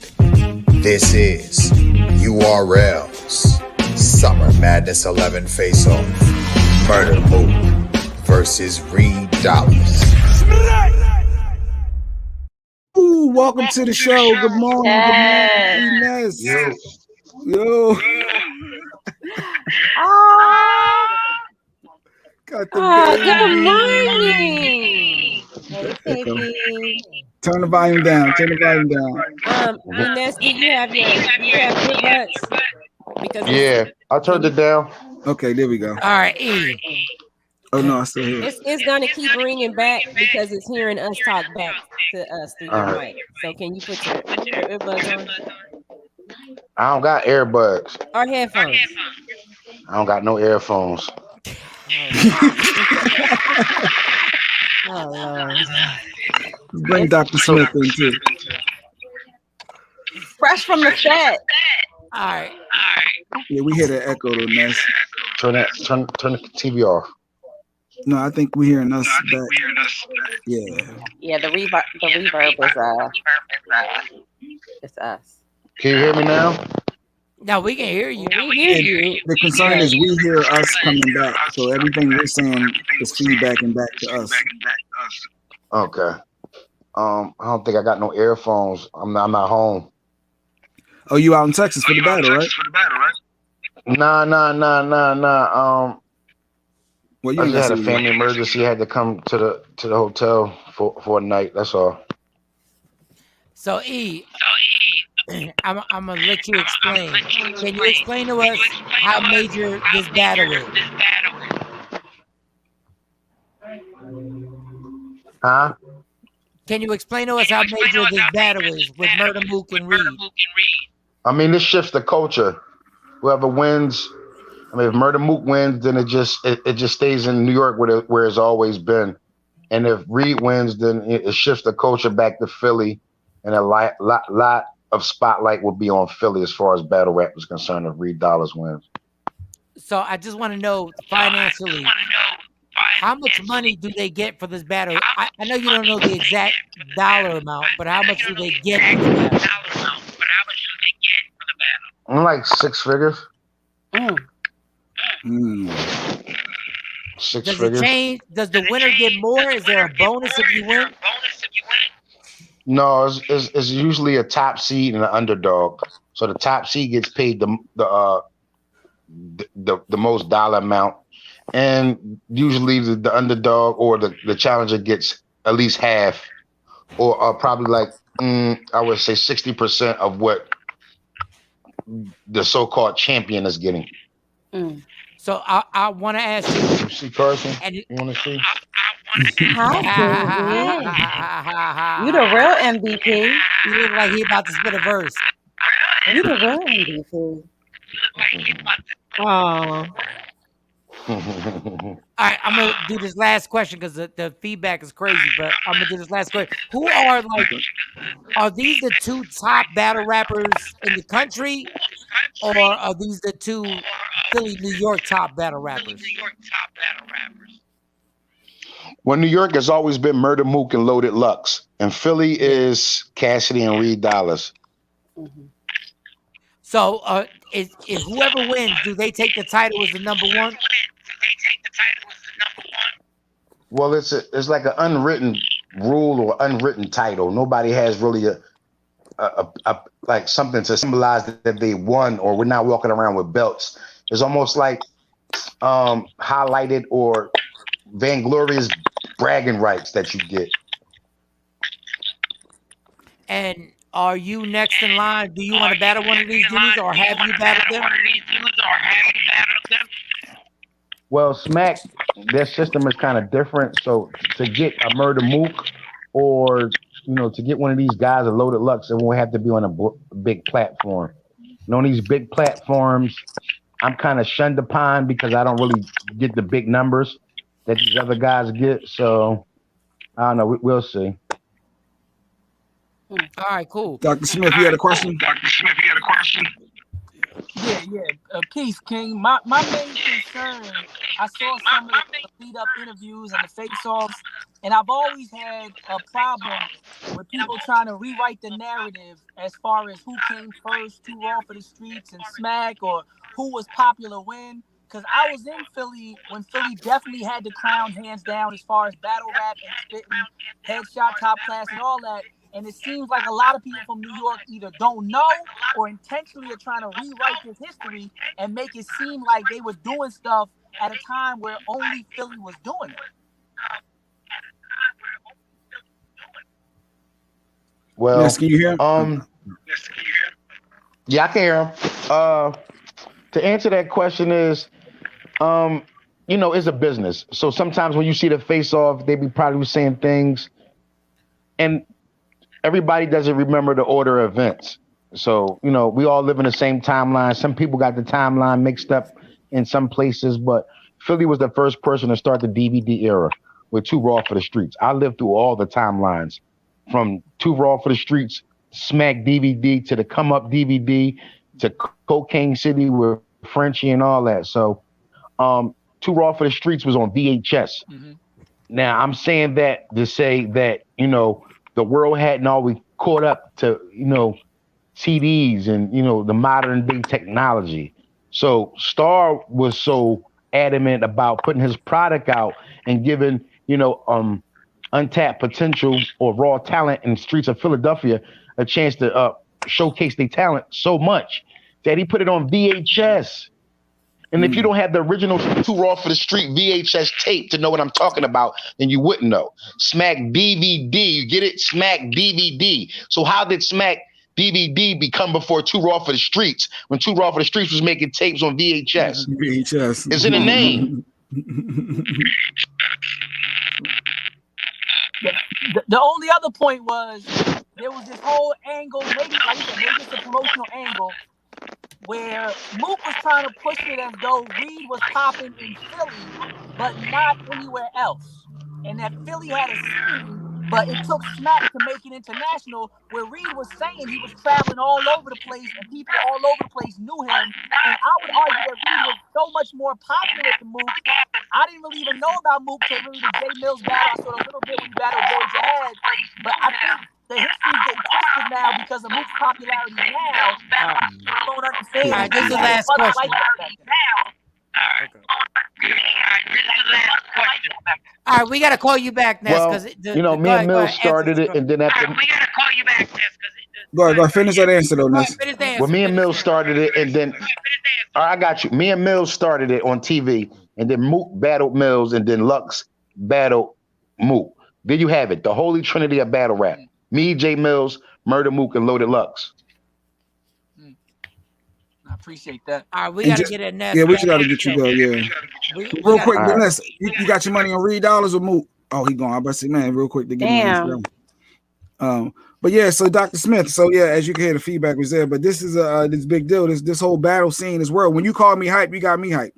Yo, I think there was an artist named B Magic, and he said it best. They were asking about the card, like going, bout for bout. And honestly, as a battle rap fan, this is arguably one of the greatest collective cards. There's been bigger headlines for some people's opinion, but as far as like the undercards, every one of these battles could be a headline card, like what Summer Madness is supposed to be, where like the entire card is potential headlines. Like it's so how do you go about watching this battle? Like, how do you go about watching? The app is Caffeine. It's free. You just download the Caffeine app and log on to Caffeine. Starts at 4 o'clock on the 25th. You can watch all the battles for free because they update thing. They got real corporate with it and really not playing any games. Smack took it to another level with this partnership with Caffeine. They also have the URL app where you can watch the battles later, and all the old archives. I mean, that's for a premium, but for Caffeine, you can watch it for free on the 25th. All you gotta do is log into Caffeine. No charge at all. No credit card information. No nothing. But the thing about this Philly thing, like I was saying to Ness, a lot of people, I guess they really don't understand where it started. People got this thing about how hip hop started in New York, and some of that is why people get misunderstanding. Even with gangster rap, people don't know about PSK and School D, and Ice-T is repeatedly saying, I heard PSK, I changed the cadence to make 6 in the morning. 6 in the morning, police at my door. PSK, what does that mean? He tells people, I literally, like Rakim says, put my tape on pause, add some more to yours. And people still will say to this day, where did gangster rap start? LA. Philly has never gotten its credit in any regard when it comes to creativity and music and innovation, and battle rap is no different. New York was not having these battle rap wars back then. It was Philly. Dr. Smith, before you say that, New York was having battle rap in the 70s. But it wasn't what we see today. That's what wait. Busy Bee and Karis what? No, I understand that, but be clear. Busy Bee and Karis One were battling in the early 80s. So when you try and say Philly started battle rapping, we gotta really slow down where battles were started in New York City. So I get what you're saying. That's where the confusion is. The confusion is they're thinking about Cool Mo D getting on stage and challenging Busy Bee, and that's not what's gonna happen on the 25th. What's gonna happen? But that's where this origin. That's where this origin started from. That if without those guys, without those people Philly, doing that, Philly concedes that. I'm saying, but no Philly artist will ever argue against that. Okay. But there will be New York artists that argue against the timeline with regards to who did what in terms of this current manifestation of hip hop. There'll be Philly artists like Murder Mook will say, "Yeah, I was popping more than Reed." No. When Reed had the Oakland A's hat on Too Raw for the Streets going at no. Murder Mook was not, maybe in New York. He wasn't, because Smack wasn't popping as much. No. It wasn't. Like Ness said, VHS. It was on VCR tapes. Yeah. So this thing too, there was a lull. Just like when Cameron and all them was making bounce music and people were complaining, everybody in New York was sounding like they were from down south. You gotta admit that the crown was passed around. That different people innovated. There was a time where Little John and Crunk had it. There was a time where Dr. Dre and Snoop had it. There's a lot of people from New York, and why New York has not evolved until this real Bobby Shmurda drill wave came, because a lot of the people from New York didn't want to admit it's not us right now. It's not always you. It's like the white man of hip hop. It's not always about you. You're not always in the center. And being the main people, New York is always like, we're the Mecca. So whatever we say, and no, Atlanta. And it took them like 15 years to realize, oh, shoot, Atlanta's running it. New York were the last people to realize. Everybody else realized Atlanta's running it. And they were trying to tell New York, Atlanta's running it. New York was beefing and not getting along, not doing records together, 50 Cent, all that. People were trying to say when the West was winning. It took the artists from New York, like Jay-Z and Nas said, when Snoop and Dre was doing it, when Snoop crushed the buildings. When the people from New York said, yo, it's not us right now. We got to get New York back. When Troy Ave first came out, he said, I'm trying to restore the feeling. We lost our way. And at that time, Philly had their way. Philly was doing things that nobody else was doing with this battle culture. They were pushing the envelope, advancing the culture. What Busy B and Kool Mo D had started, New York was not keeping going with Math Hoffa punching Dose in a battle. No. And if you look at the battles, look at the way Philly rappers battled, and I guarantee you that what you're going to see on 25th is far closer with the pantomimes, with the air guns. That before Bobby Smurf, that was Reed Dollars and Joey Jahad with the snapping and the acting out and the sound effects. New York rappers was not rapping like that. The only animated rapper like that at the time before that was Method Man going all around the stage with the hands. That was a different thing. It was Rakim walking back and forth. They took pride in that. Busta wasn't animated? Not like these battle rappers with the air guns and all the different methods. And Onyx wasn't animated? No, not like that. What you're gonna see on 25th is Philly. Philly had the greatest influence on the current manifestation of battle rap, hands down. The metaphors, the gun bars is a Philly thing. Coogee rap had nothing to do with gun bars. Not these metaphors. No. You're not gonna hear people rapping like Coogee rap on 25th. You're gonna hear people rapping like Reed Dollars, and you hear Reed Dollars still doing it 20 plus years later. Yeah, and I'm saying the fundamental basis of that. No, but this thing, the foundation of what we're gonna see, the people are still doing it. Coogee rap would get slaughtered on that stage. Coogee rap could not get on that stage on the 25th. He'd get murdered. These signed artists would get murdered because they're not doing the same thing. And a lot of the signed artists admit, I can't get in the ring with y'all. Y'all do that. I understand that. I totally get it. But when everybody says like Philly's not getting the credit because the foundation of the battle rap, if you go back through the roots of it, it's KRS-One and MC Shan. I'm not saying Philly didn't elevate it and Philly deserves their credit. But I'm saying Philly's acknowledging that. I'm saying Philly will say New York started it, but we took it here. Philly has no problem with what you're saying, Mike. It's New York that has a problem with the reality of it's Mook and them cats. Yeah. But these are the gatekeepers. These are the top tier MCs that are redefining the narrative.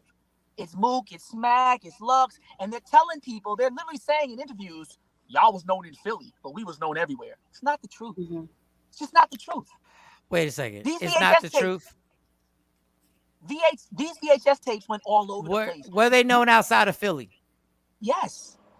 Yeah. Reed Dollars was going all over the place battling. Reed Dollars got YouTube videos in LA, in the Bronx. So what happens? So what happens if Mook wins the battle? What happens? Then people will admit that New York started it, Philly took it further, and right now New York has it because Smack handled his business, and a lot of these New York artists stayed consistent when a lot of these Philly artists stayed in beef and in jail and didn't focus on their craft. And nobody from Philly's denying that. Well, Meek, he started there, but he took it. Yeah.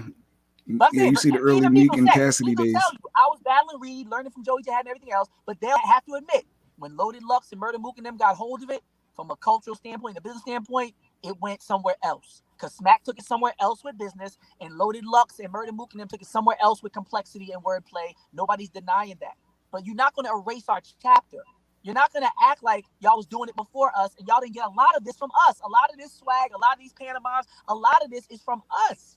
It's came from Philly to New York. The same way y'all influenced us, we influenced y'all. All we want y'all to do is admit it. Admit that y'all don't create everything. That's it. Y'all started it. Y'all got the and I'm going to say this. Like, Philly has always had this stepson attitude. Like, it's always been, just give us our props. Like, just attitude. But my thing is, like, I can't help it. Is it attitude or treatment? No, it's attitude. Y'all got your city. Like, Philly got their own city, and y'all want everybody, y'all do it to yourselves. Like, Philly does it to themselves. Like, Philly has the greatest MCs that I've ever heard, ever. But what happens is y'all destroy yourselves and then get mad at other cities. Like, y'all fuck it up for Philly. And then y'all get mad when other cities don't give y'all the credit. I can tell you MCs in Philly and DJs in Philly are top 3 ever. But it's like Philly never takes responsibility. But we'll let Dr. Smith come back on it. Because I know he's spinning. Yeah. Let's see if he pops back in. On his I way think to that he's on movie set. shoot. Yeah, he's on set. He took a break from. But the battle was filming. on tonight. Actually, tomorrow. No, It's tomorrow. Tomorrow. Saturday in Texas. He got me Caffeine. interested. Maybe I'll check it out. And I think that he said you can go to caffeine.com and log on at 4:00 and watch it for free. So here's the app. Actually, I think it's Caffeine TV. Yeah, Caffeine TV. So get that for free and go rock out with that. I'm interested.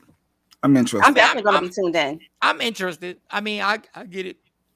It's just like everything else. Philly's reveling, but Will Smith just don't and won't fit into regular hip hop kind of shenanigans. He could battle, but why for? Nobody can touch. We're not talking about Will Smith battle. It was the Cassidys, the Meek Mills, but the Joey Jahads. This is what happens. This is what happens in Philly, and Philly people get mad at this. This is what happens in Philly. New York is New York. Stop trying to fight the mountaintop. When you're not getting the proper credit, you have to acknowledge. When the VCR tapes was popping with Too Raw, they were dudes doing VCR tapes. They were dudes doing VCR tapes in New York. I get it. But Philly always has the little brother attitude. I can't help what New York is, y'all. It is what it is. It is what it is, but I do agree that Philly does not ever get the props that it deserves. But whose fault is that? I don't think it's about fault. I just think that just thinking about the narrative that's created, that no, Philly does not get the props. I don't care how good, whether it's in battle rap genre. Oh, there goes Dr. Smith. Philly will have 5 rappers that are popping, and they will beef with each other.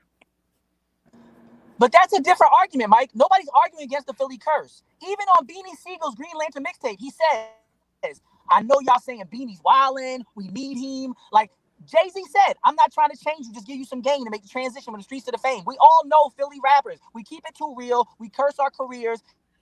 Gilly said, I signed with Warden Brothers. It could have been a mistake. He was offered Rockefeller. We all get it. We know what Cassidy was at the top of his career and got locked up. Nobody from Philly is denying the obvious reality of Philly rappers, especially now, the young boys killing each other before they even get signed. We got that. What we're arguing is the denial of our chapter. Y'all started it. We elevated it. Y'all learned from it, took that blueprint, more so than y'all original blueprint, and you made something better out of it. Just don't erase that middle chapter when y'all did not have a battle rap scene like that, and we did. There was a battle rap. There was always a battle rap scene in a bunch of cities. There was, okay, I get it. My thing is like Philly's always had, and you missed the conversation, Philly's always had the stepson attitude where they've always been mad. And I'm like, I don't know what to tell y'all. Like y'all want to fight at the mountain. I don't know what to tell y'all. Tell us the truth. Don't tell us. That's like Mike. If somebody told you was local and you're like, yo, I'm out of state now. You're literally out of state. Somebody's Michael Shawn known in Philly. You're like, no, I'm not. I'm known all over the place. I go all over the place and people know me. Don't play with my name. Reed Dollars is not some Philly name. Reed Dollars is one. These people 20 years later can still quote those raps from those VHS tapes. Stop playing with us. It's not our attitude, it's y'all treatment. Like y'all acting like we didn't do this and y'all wasn't doing it. And y'all looked at us and started rapping like Joey Jahad with y'all hands in y'all bars. And now every other rapper is doing Smith, this. All this is one of mine. But this is what I'm talking about. Okay, so just say it. But it's always like New York doesn't accept us. If y'all believe what you're saying and you believe what you've done, then don't worry about what New York is saying. But y'all want our approval. Y'all want New York's approval to say it. Just say what you say. But it's always like New York has to say this. New York don't have to say shit. Chicago don't have to say nothing. LA don't have to say nothing. No hood has to say anything. If Philly and listen, and if it wasn't for Philly, I wouldn't have a radio career. No. But stop asking them. Nobody. Why is nobody? But you're just saying. Go ahead. But why? You're breaking up a little. You got to get to a point. You got to get to a stable Wi-Fi because you're breaking up. No, Mike. Yeah, it's breaking up. It's Yeah. breaking up. You're breaking up. The Wi-Fi don't even want Philly to be great. No, my whole point is, if you yelling, I get it. New York doesn't have to give you any credit. If you deserve the credit, then you rep your city and you rep. You don't need New York to say, no city goes like this. There's no such thing as a city that goes, oh yeah, so-and-so's killing it. Every city reps their city. That's just what it is. I think what Dr. Smith is trying to say is, don't try to erase that part of the history of the game. I think that's all he's trying to say. We need critical race theory for battle rappers. My thing don't is, try to change the history. Don't try to change the history and the narrative. I'm 50 when years you write old. The story, make we sure have you been include going it. through this. We've been going through this since 1989, trying to get New York needs to give us our props. New York needs to.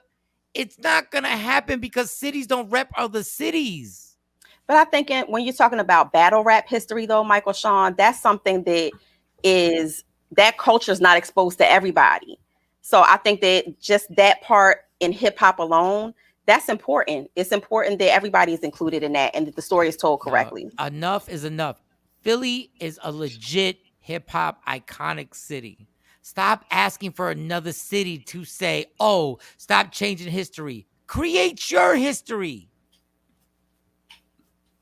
Well, I think Philly has created that history. That's what I'm saying. I think the problem is that that somebody's trying to write them out of that and discredit, and so that they're not part of the story when you're talking about how it's evolved.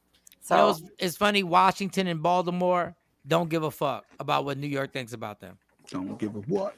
They don't care. But they weren't part of the originators.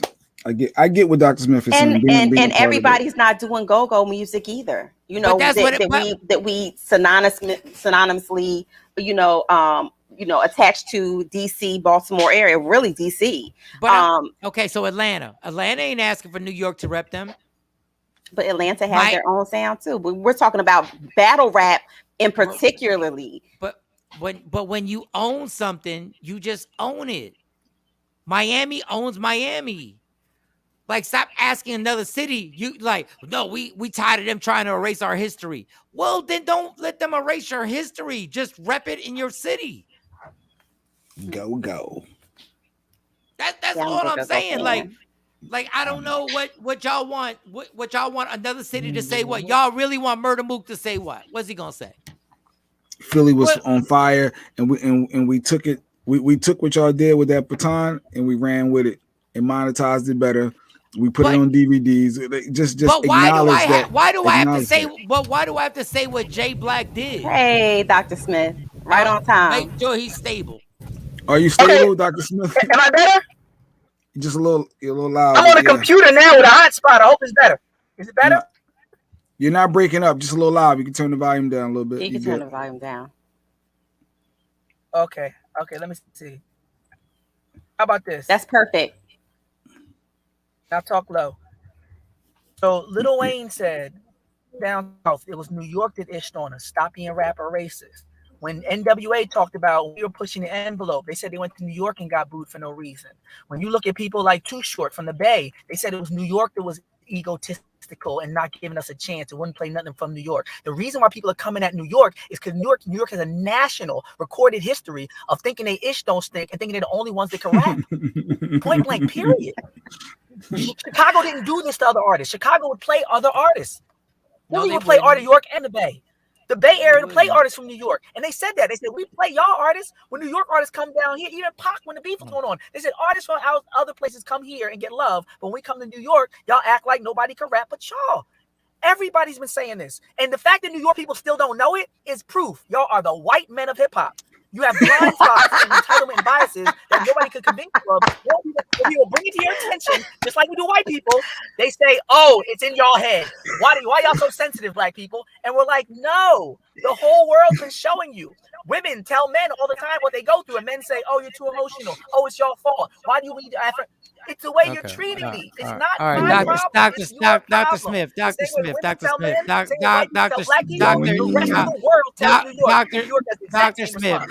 The white men of rap. Wait. White men of rap. Number one, what you're saying is false. In the beginning, in the early 90s, hip hop in New York did do that. But let's be clear. Hot 97, the biggest hip hop station in the country, was playing more down south records than East Coast records for over a decade. So stop the nonsense. Bad Boy had Bad Boy South and put out the biggest down south songs. And let me finish. So stop the whole propaganda. Yes, NWA days, they did shit on them. Outkast, when Outkast came to New York, they did shit on them. But there were many New York artists that went down south and got shitted on. It's just the propaganda that all these down south artists, from Ludacris to Outkast, when they started getting played in New York, they got played obnoxiously. And New York made down south careers, from Bone Crusher to every down south artist was getting played for over a decade. When I was working at Hot 97, I was there when they were playing down south songs, and New York rappers were mad at Hot 97 for not playing New York songs. So this is my thing. Y'all got this little brother attitude where y'all like, oh my God, New York shitted on us. But New York made rappers in New York. Jeezy headlined Summer Jam. So stop the nonsense. Jeezy, Lil Wayne, hold on. Lil Wayne headlined the biggest. People are big where they're from. They're big where they're from. And even that, the fact you're saying New York made them, Jeezy was already made. He just wasn't made in New York. But then New York plays him and says, "Oh, we made Jeezy." Well, now we can stamp you. Okay, well, Dr. Smith, are you a famous actor till you get to LA? I get that part. I'm not saying. Are you a famous? No. Are you a famous? Are you a famous comedian till you make it in LA? I would say there are two places in this country, whether y'all want to get mad or not, and y'all can fight this mountaintop all y'all want. There are two places. When you pop in LA and you pop in New York, it's different. And what I'm saying is that what I'm saying is that when you say that New York people were shitting on, they put Jeezy on the biggest rap concert in America. They put Lil Wayne on the biggest rap concert in America. There was no hate. Y'all use this shit all the time. No. The artists disagree, Mike. The artists say we forced y'all because y'all wasn't selling like we was selling, and we forced y'all to play. Y'all did not like our hip hop. And guess what, Dr. Smith? And guess what? Guess what? Hip hop is part of forcing y'all. The whole basis of hip hop is hip hop forces people. The reason why hip hop is Master mainstream. P has the same story, Mike. Dog, you have to force the same story. Dog, and guess what? Did he other places say if you're hot? Despite New York being New York, yes, these artists did what they did despite New York being New York. And every artist, from Master P to NWA to Lil Wayne, was saying stop being rapper racist, talking about, oh, I can't be the best lyricist. So where did Ice Cube go? When Ice Cube left NWA, where the fuck did he go? I know all of this. Wait, no. Answer the question. Hold up. When he left NWA and he made his first album, where did he go? And who embraced him? New York. So stop saying that New York is just strictly hating on people. That doesn't change the critique, Mike. If Master P, NWA, Lil Wayne, if all these people have this complaint or critique about New York, hey, Doc, at what point do we accept it? It could be. Hey, Dr. Smith, let me ask you this question. Let me ask you this question. Did Philly accept Master P when he first came out? Because I was there. We're not guilty as well. I'm saying no. When did Philly accept Master P, Cash Money, and the rest of them dudes? When New York did. So you can't complain about the same thing. When you can't complain about it again, Mike. No, you're doing the New York thing again. It's not like everybody don't wait for New York to move. Really? Like Philly has always had a different. Philly has always hold on. When did Beanie Siegel get hot in Philly? When did Beanie Siegel get hot in Philly? Southern. When did Beanie Siegel I would and say the whole after- squad get hot after in they got with Philly? Jay-Z. I would say after they got with Jay-Z. That's all I'm saying. Like, y'all But be that mad. doesn't change the. But you can point out all the good, Mike. It doesn't change the bad. You're not negating what I'm saying. You're just telling other stories. You're telling positive things about New York. I'm not saying that's not true, but these negative things are true as well, Mike. These negative things are true. Everybody's saying it. Everybody outside New York is saying this. Just accept that and say, in addition to that, we've done good things. Fine. But it's not true. It's been said for 30 plus years. Because what you're saying is crazy, because every time you go into a city and you're not from that city, New York, Mike. New York didn't do anything different than every city. Because when Lil Wayne, I will quote Lil Wayne. Lil Wayne said, I wanted to rap like Jay-Z, and everybody in New Orleans made fun of me and said, what the hell are you doing? We don't want to hear that. When people get something new into their city, they do the same thing. Everybody does the same thing. No. Other regions were playing music from other regions at a much higher rate than New York. What region? Doctor? Even to this day, go to DC. Go to DC and hear the mix of what they played back in the day. Ask about it. They were more accepting. People who traveled. Mike, the actual artist said when we got to New York, it was different. The artist, you watch the documentaries, they say we got accepted here, we got accepted there. When we got to New York, the resistance and the hate was different. And can I explain why? Can I explain why? Because the whole country. No. I can give you the same reason that people have said all over. Because the entire country is down south. There's only one East Coast city. Listen, there's only one East Coast city. There's only one city that talks like New York. There's only one city with their own lingo. The entire country is down south. So if I go to Alabama and I go to New Orleans, what? There's no other. Listen, just listen closely. Hip hop in New York, the reason why we were so shallow, the reason why we didn't understand anything, because nobody else in the country understood what we do. The country is down south. The reason why New York made a mistake is because I kept telling people the country is down south. You better let down south get here, because the entire country is down south. The only East Coast city in this country is New York.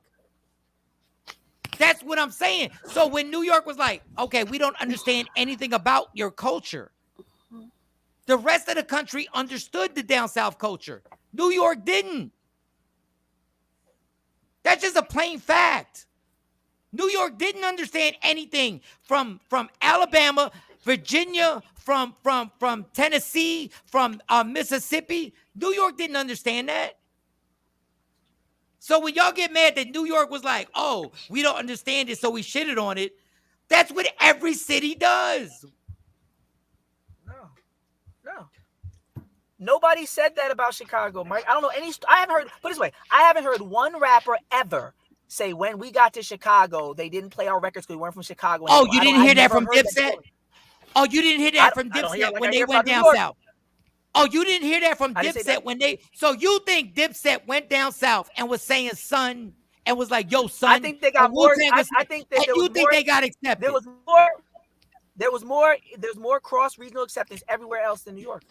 And you just gave a reason why. Negating that reason. So you just gave me more evidence and ammunition to say, yes, New York was different. You just said New York was geographically different. New York was siloed off. You said it's not the majority. You gave me 20 reasons why New York is different. I'm agreeing with you, Mike. New York is different. And I'm saying these rappers and these artists have different experiences in New York. I'm conceding New York started it. That would make them different as well. They have a different idea of entitlement and their importance in the culture. They would feel like they have to be the gatekeepers because they're the Mecca. I understand why, but I'm saying that is what happened. And the rappers see it. If a foreigner comes to New York and speaks a different language, doesn't it take time for them to understand it? I'm not disagreeing with you, Mike. Okay, so when down south, the same thing. You're just justifying what happened. I'm saying that you held accountable. No, because you keep denying that when New York Cats in 1993 there was no internet, nothing. So when Wu-Tang goes down south, before their album is out, they gotta face the same thing Like, y'all really act like New Yorkers. I've been a comedian.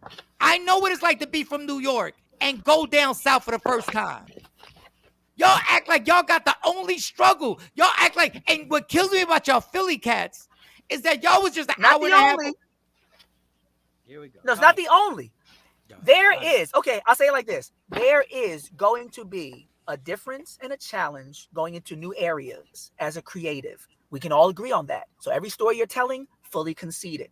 I'm saying disproportionately throughout history, according to the artists collectively, New York has disproportionately been resistant to the change and innovations and contributions of other areas. New York has disproportionately been discriminatory toward outsiders. You just gave me 4 to 5 reasons why they've done it. I agree with you, Mike. They have a lot of reasons to do it, but they did do it. We can't change that history. You can't compare it and just say because other people had struggles being outside, it was the same as what New York did. Every city, but every city did the same thing. The only problem is that y'all get mad. Well, hold up. The only problem is y'all get mad because New York had the power of the industry.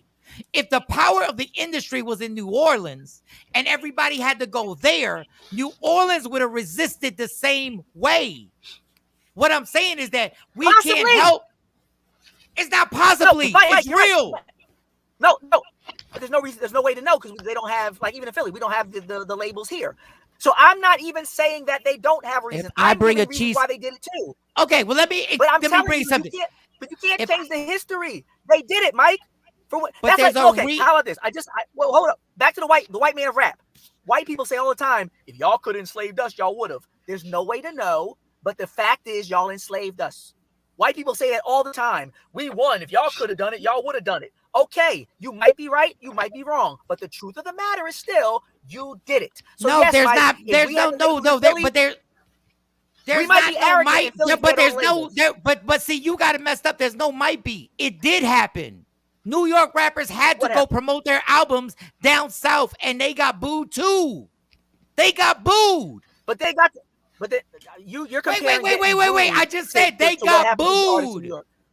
They got booed I too. conceded that, Mike. We got past that.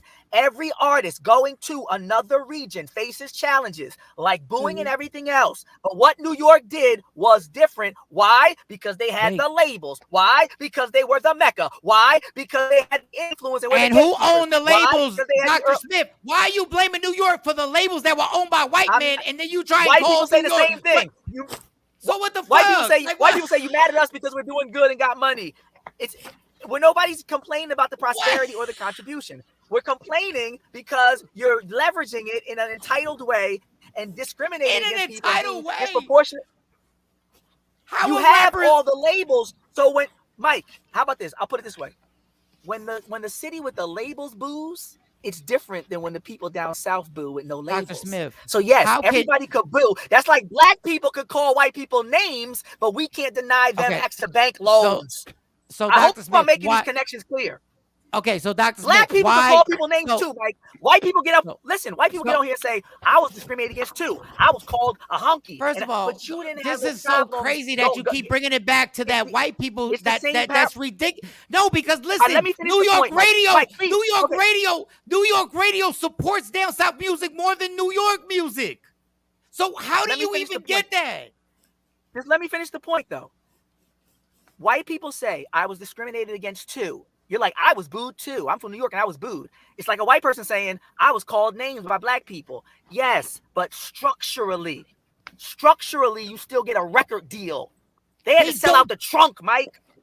It's different. Dr. Smith, do you understand? You can tell me a region that sold out the trunk is the same as a region that definitely down the street. It's not the same, Smith, Mike. Your information is wrong.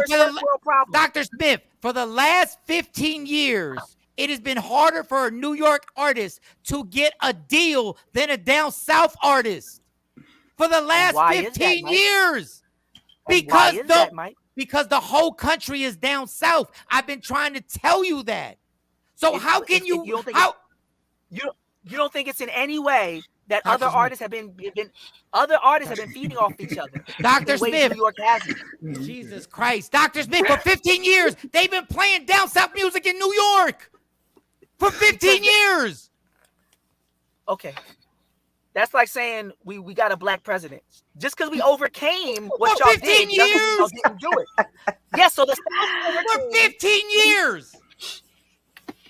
and there's still different treatment of when they Oh put my together their God. top lists of top lyricists. There's still discrimination. Ask anybody from down south; they'll tell you you Dr. don't give Smith, our artists the same credence and Dr. credit. Smith, if you You're look still at the talking about top, Rakim. oh my God, Dr. Smith, if you look at the billboards right now, there's very seldom do you see a New York artist on it. Yeah, What are see you a Toronto talking about? artist. That's not because of New York though. That's because despite New York, there's a Drake. Despite New York, Toronto made a thing. Like it's not because y'all Dr. supported. Smith, It's because y'all had to Dr. bow down. Smith, Just New like York. Obama getting elected. Yes, Obama Tina. getting elected. is not evidence of Dr. y'all Smith, being not Dr. racist. Smith, Dr. Smith, do you think Drake doesn't want to get played in New York? Who played Drake before Philly? New York. Who played Drake all over this country before the country? New York. Who played Little White Dirt? people say the same thing. Who gave you the schools? Oh. Who you don't when nobody's critiquing opportunity. Oh, whatever. Dog. You can't bring Mike, race into this, Mike, homie. I could play I you worked at the radio videos of- station. There's a black man at the radio station that programmed that said down south is killing him. You're You don't think crazy that's right the same now. we got a black president, Mike. Mike, you really don't. You walked into that one. You don't think that's the same? No. Dr. Smith, it's been. Dr. Smith, it's been very similar to how can that be the case when a black person's in leadership? Okay, it's the exact same thing. Oh my god! Oh my god! Oh my god! Oh my god! Okay, all right, no. This is what they say. They say, Dr. Smith, Dr. Smith, it's been 15 years that down south have dominated New York radio. Mike, the headliners on some. Mike, I don't know if you're joking, but you just gave me. It was a long time ago. It's been 15 years. Like the slavery debate is the whole thing. It's been over for a long time. How does that and now happen? it's done. So let me get this straight. Let me get that. Hold on, Dr. Smith. So let me get this straight. Before 15 years, radio in New York was playing black guys from New York. Then for the next 15 years, the headliners have been guys from down south. But that's Obama. That's white people. The Cosby Show. Like, why are you complaining? It's been so long ago since we've been treating you that way. Dr. Smith, how long do you want New York radio to play hip hop from down south? How long do you want it? How long do you want it? They literally told the civil rights movement, you want too much. You came far enough. It's a long time ago. Get over it. So you're saying get over it. You're telling me we should get over it. Like, that's the bookend to these conversations with race all the time. It's a long time ago. You got opportunities now. We helped you out. Get over it. And honestly, obviously, there's still vestiges of that entitlement. There's still structural differences. I can't go to Philly and really get signed. There's still things structurally. That legacy of discrimination is still real. Okay.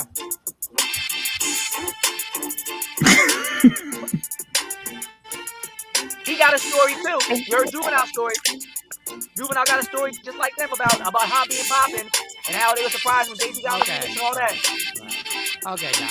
All right, it's been great. And artists like that Doc Jay-Z, freestyle. it's Jay-Z's credit.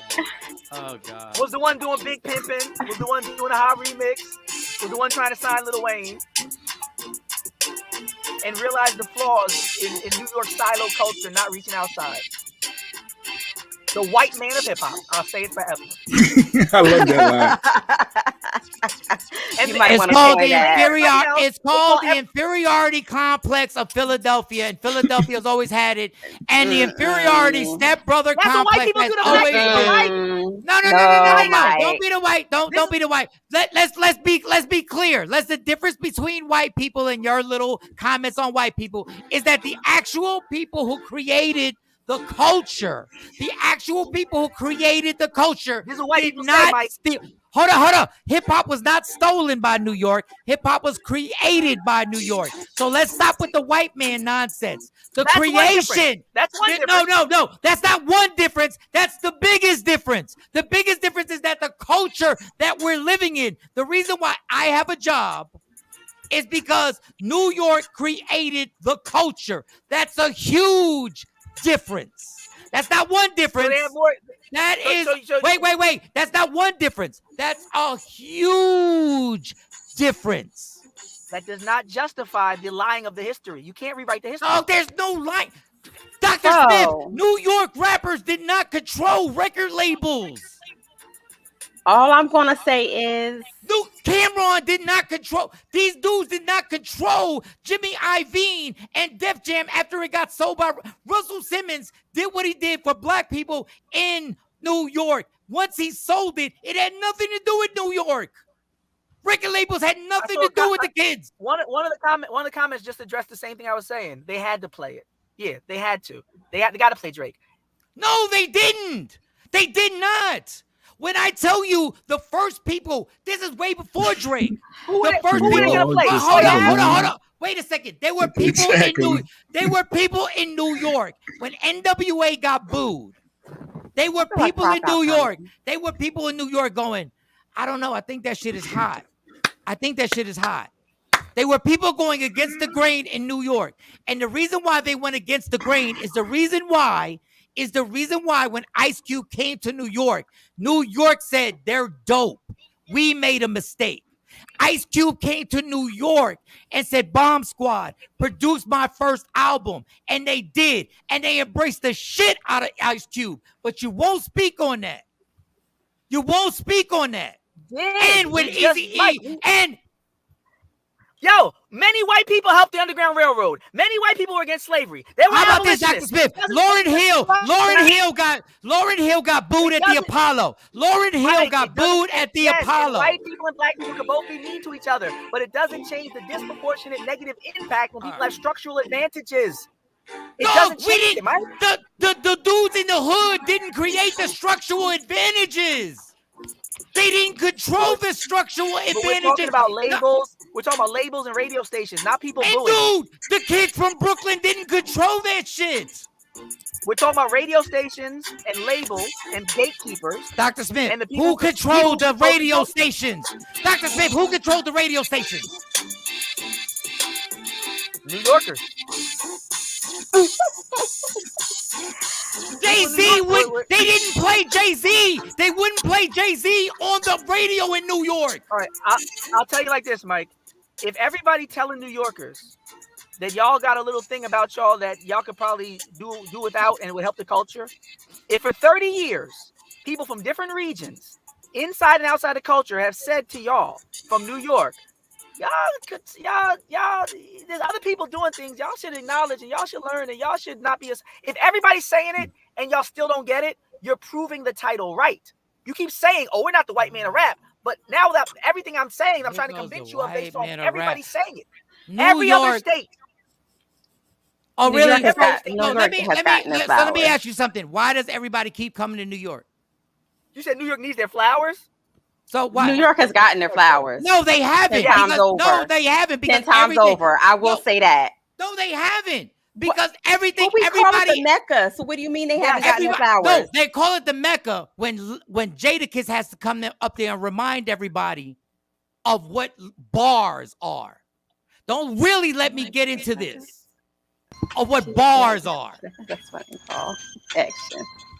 Like, everybody's like, New York did this. New York rappers in Brooklyn, Harlem, in the Bronx did not control the radio stations. They did not control the record labels. They did not control this. What the record labels did was say everything from New York is hot, and they promoted it. Just like they said everything from LA is hot, and they promoted it. Just like they said everything from down south is hot, and they promoted it. And y'all blaming motherfuckers who are literally just walking the streets.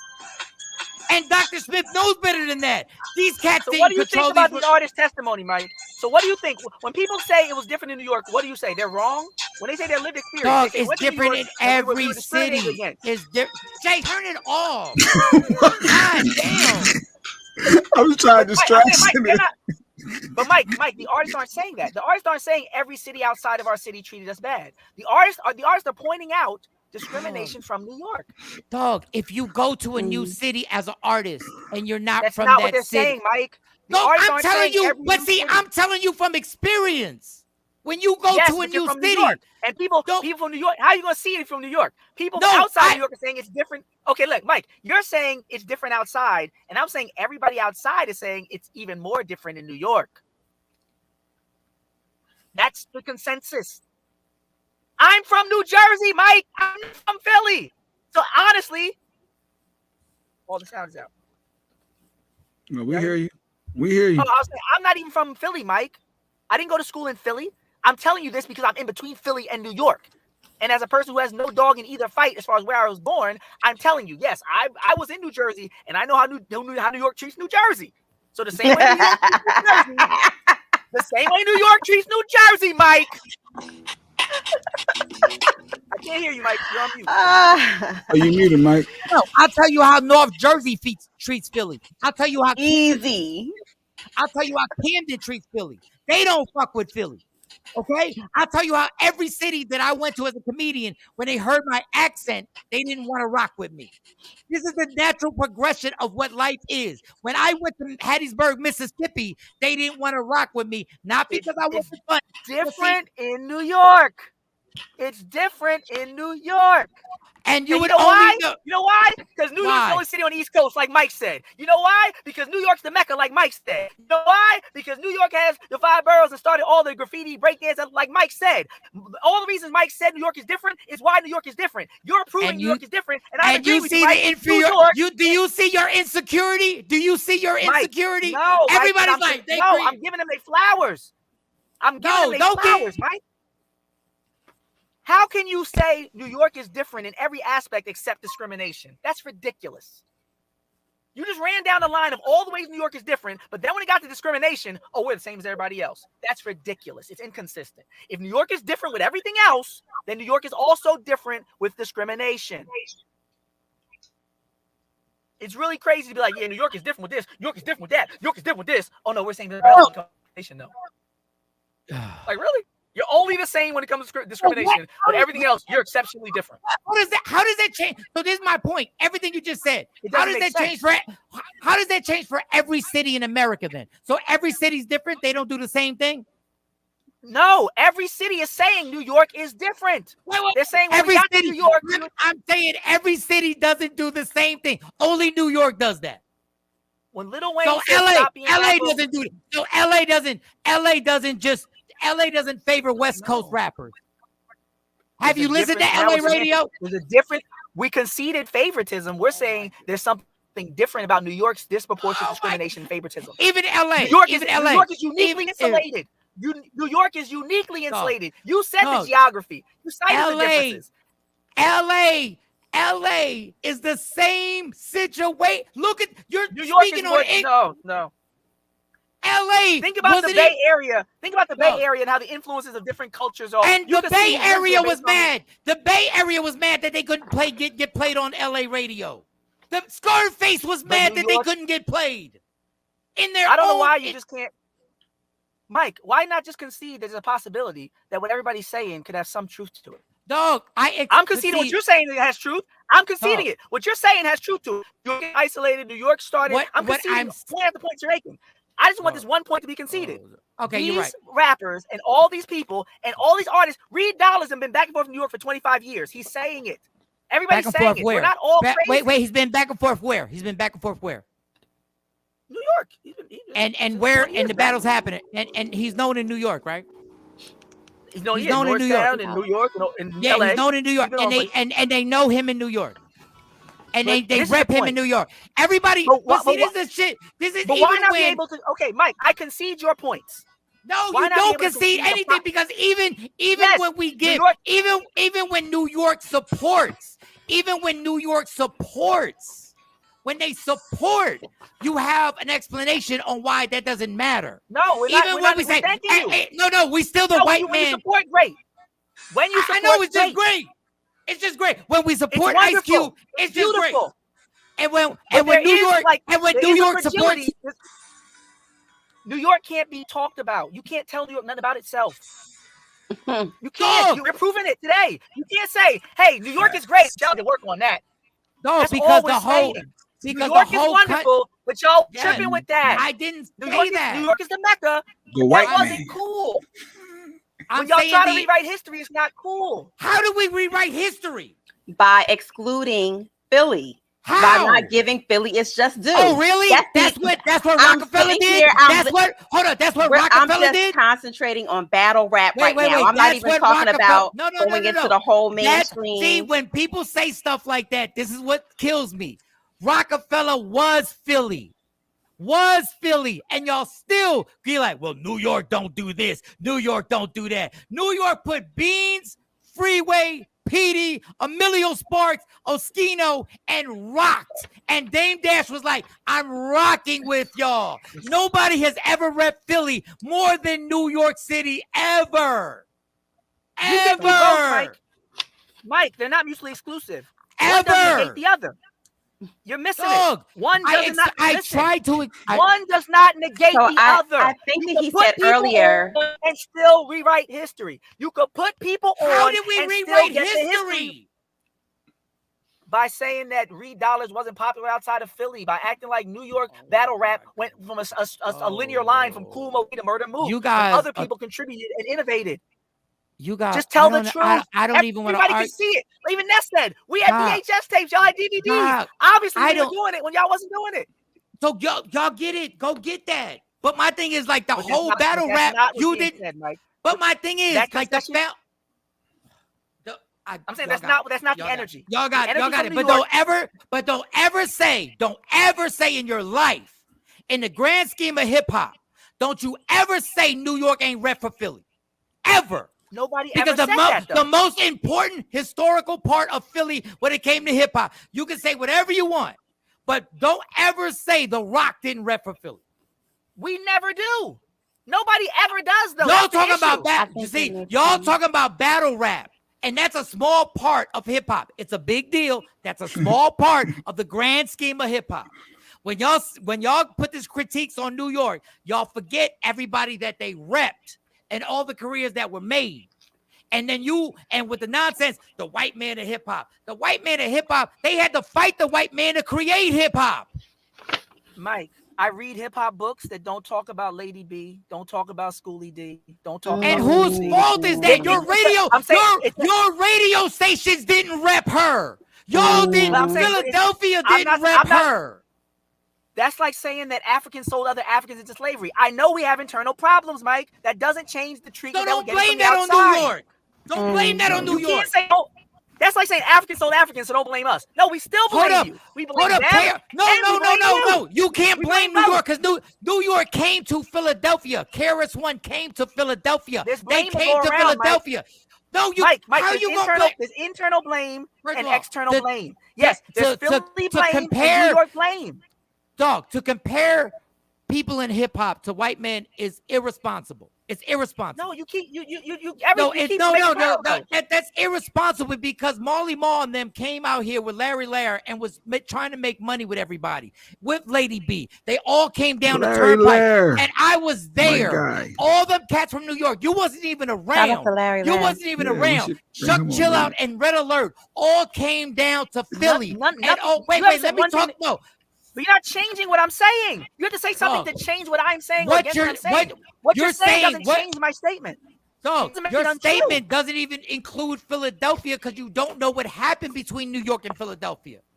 If you ask Lady B, it doesn't change what New York did and what continues to do. Dog, all New York did was what every city did. When something new comes. That's not true. We already went through that, Mike. You said New York is different, and I'm agreeing. New York is different. Agree to disagree? Agreeing. You can't say totally agreeing with Mike. Dog, when something new comes, when mumble rap comes out, did you accept it? Did you accept it? No, we all agree. No, well, new things face challenges. New regions, people from outside face challenges. When the challenges came, people I'm agreeing resisted. With you. Yes.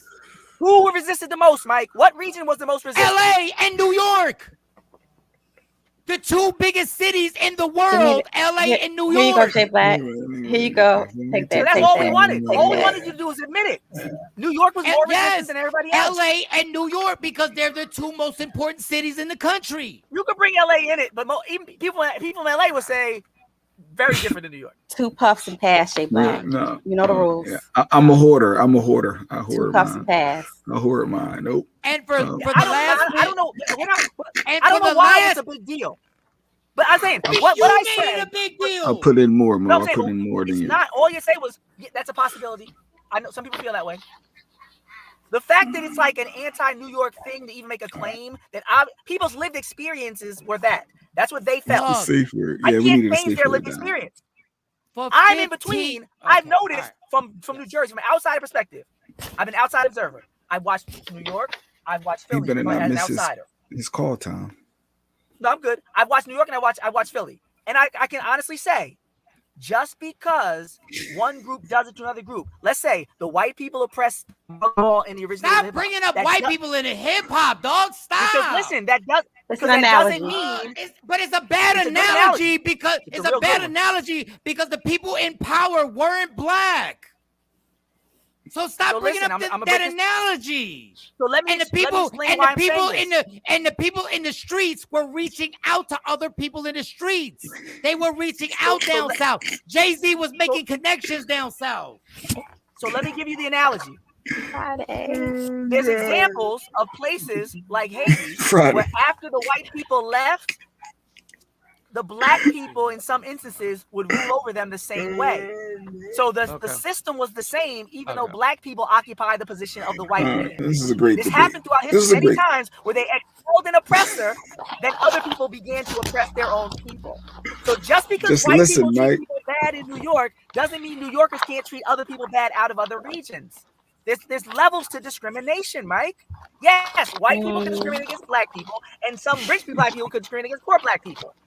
Some light-skinned black people can discriminate against dark-skinned black. There could be other levels of discrimination. You got it, Doc. Mike, You got it. within You a got larger it. structure. Doc, you got it. You got it. No, colorism is not as bad as institutional racism, but it still exists, Mike. Okay. 450. The people who are oppressed can turn around and oppress other people and act as the oppressors within their smaller group. Yes. I could be the patriarch of my house, or even a woman could be a patriarch in a group of women. I get it. They can have internalized sexism.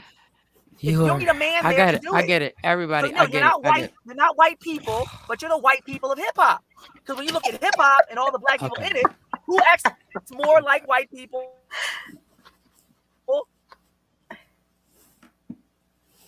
Did he freeze again?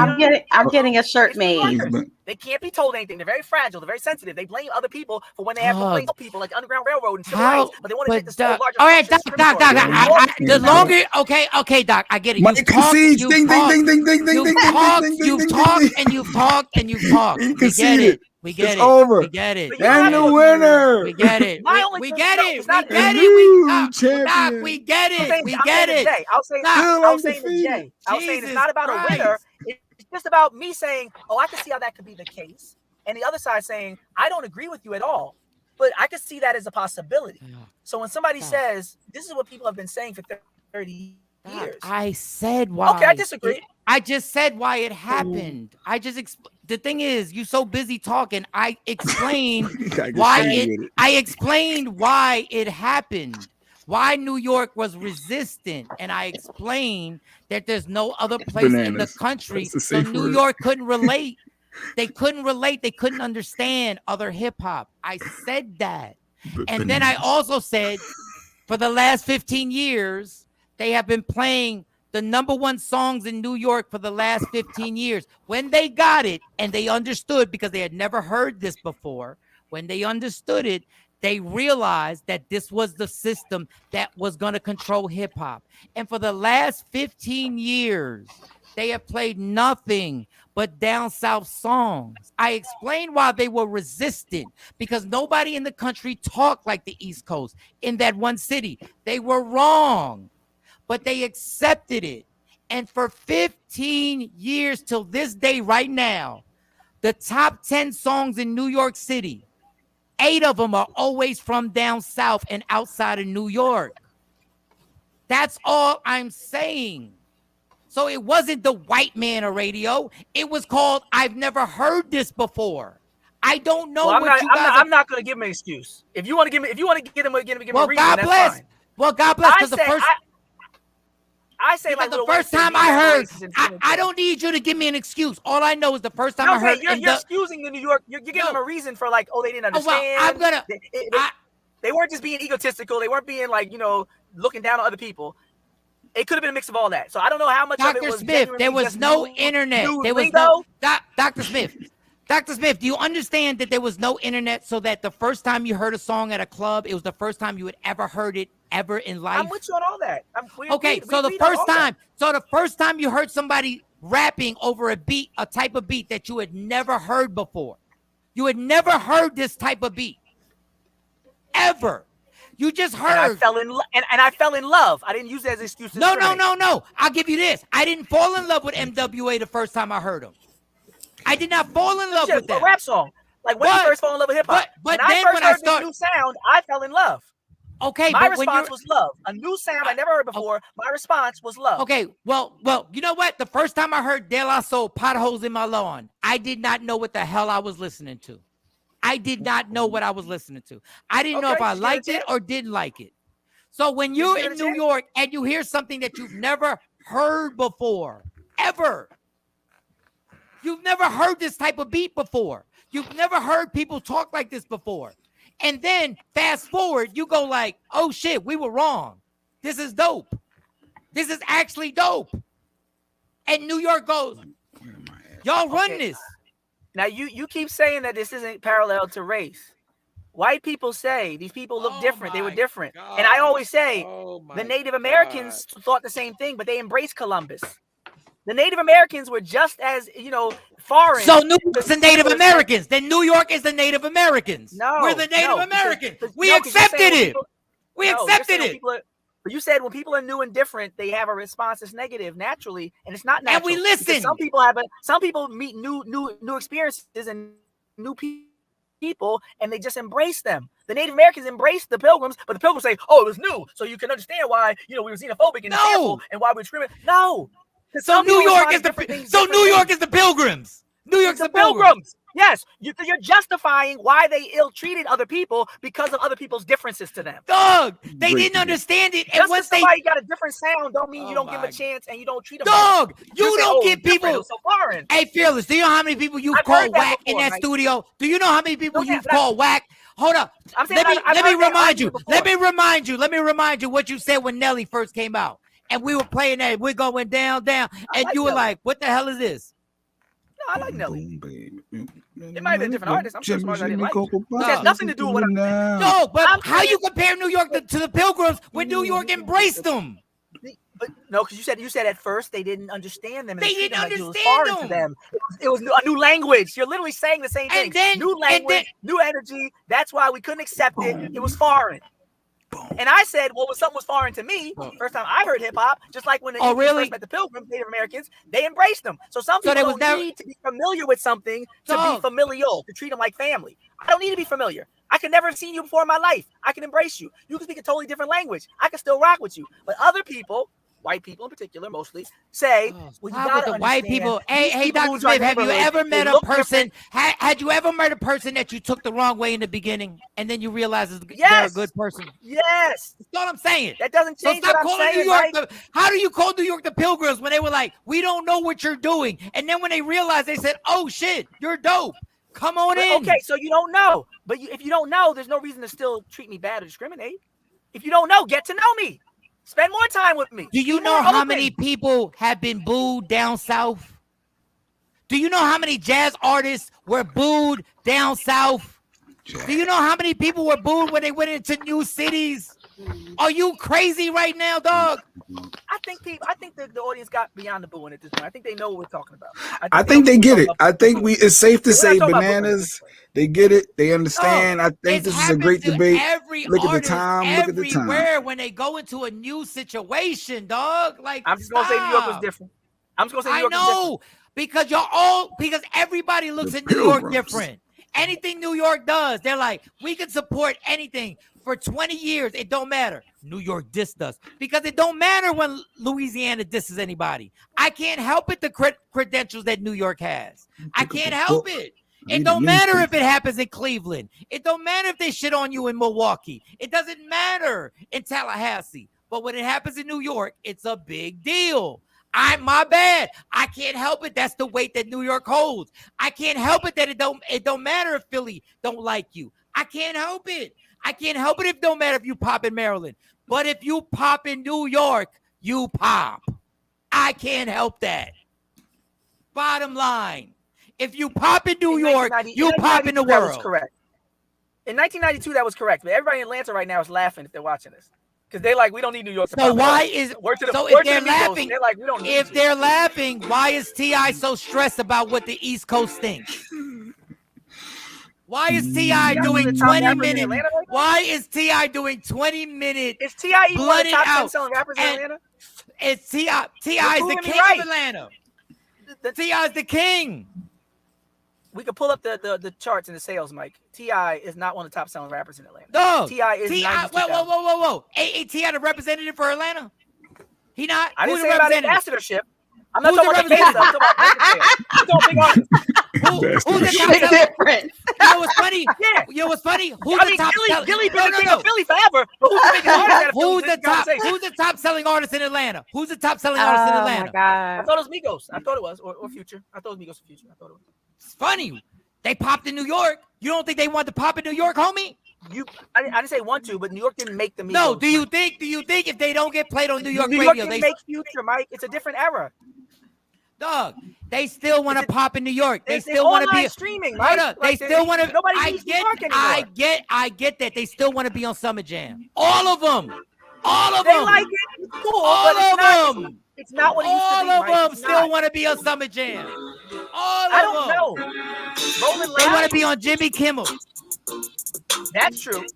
They want to be on They want to be on Kimmel in L.A. and Fallon in New York. New York people are living in the past when they had more control over the culture than they do. Dog, and that proved it. So why are you They mad? think they're more Right. important than So they why? are. So if that's the if that's the case, why are you mad then? They're non-existent.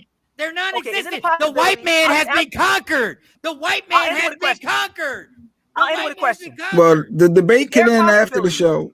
Go Yeah, ahead. I'll end with a question. Is there a possibility that New York is stuck in a time warp a little bit where they think that they have a hold on the game, an influence on the game, and a control of the game that they really don't have? They think people want to be part of the concerts. Like, I didn't even know what Summer Jam was, and I work in this industry. Like, it's not 1995. Just like in NBA when these old school art, Dr. athletes Smith, are talking, it's like, yo, so it's not Dr. your Smith, era anymore. if It's not New York, the era where New York has okay, so 80% of the but see, control. you're stuck And they in need to that come out of era. that. I think we might have had a breakthrough. That might have been a breakthrough, Mike. No, but you're stuck in That that might be era. the Number problem. one, the whole Summer Jam was down south artists, and number two, how is New York stuck when they're playing nothing but down south artists? They're not even stuck in the era that New you're York is stuck in. You're stuck No, in New the York is stuck- inferiority. No, you're stuck in the. Nobody in New York. Nobody in New York holds anything against any. You can play any song in New York right now. The club. Whoa. You can play any. Just because somebody plays your records, Mike, don't mean they respect you and like No. you. Black people know that. Just because they give you a job, don't they can even sleep with you. Doesn't mean they like you, Mike. Let's not say because they play their records. they've Ding, accepted ding, their ding, job. ding, ding, They're ding, ding, partying ding, to ding, their ding. records, Doc. They're buying their music, Doc. Stop They party to bringing black race. people, having them go through the back door and hanging them, Mike. God bless. God bless. Dancing God bless. to your music. You does got not it. You mean got they it. I know respect other you. black. I know other black people dancing to other black people's music. Other black No, people buying the other Cotton black Club. people's music. Yes, the white man of hip hop could dance to the black man of hip hop Oh music my and still God, Doc.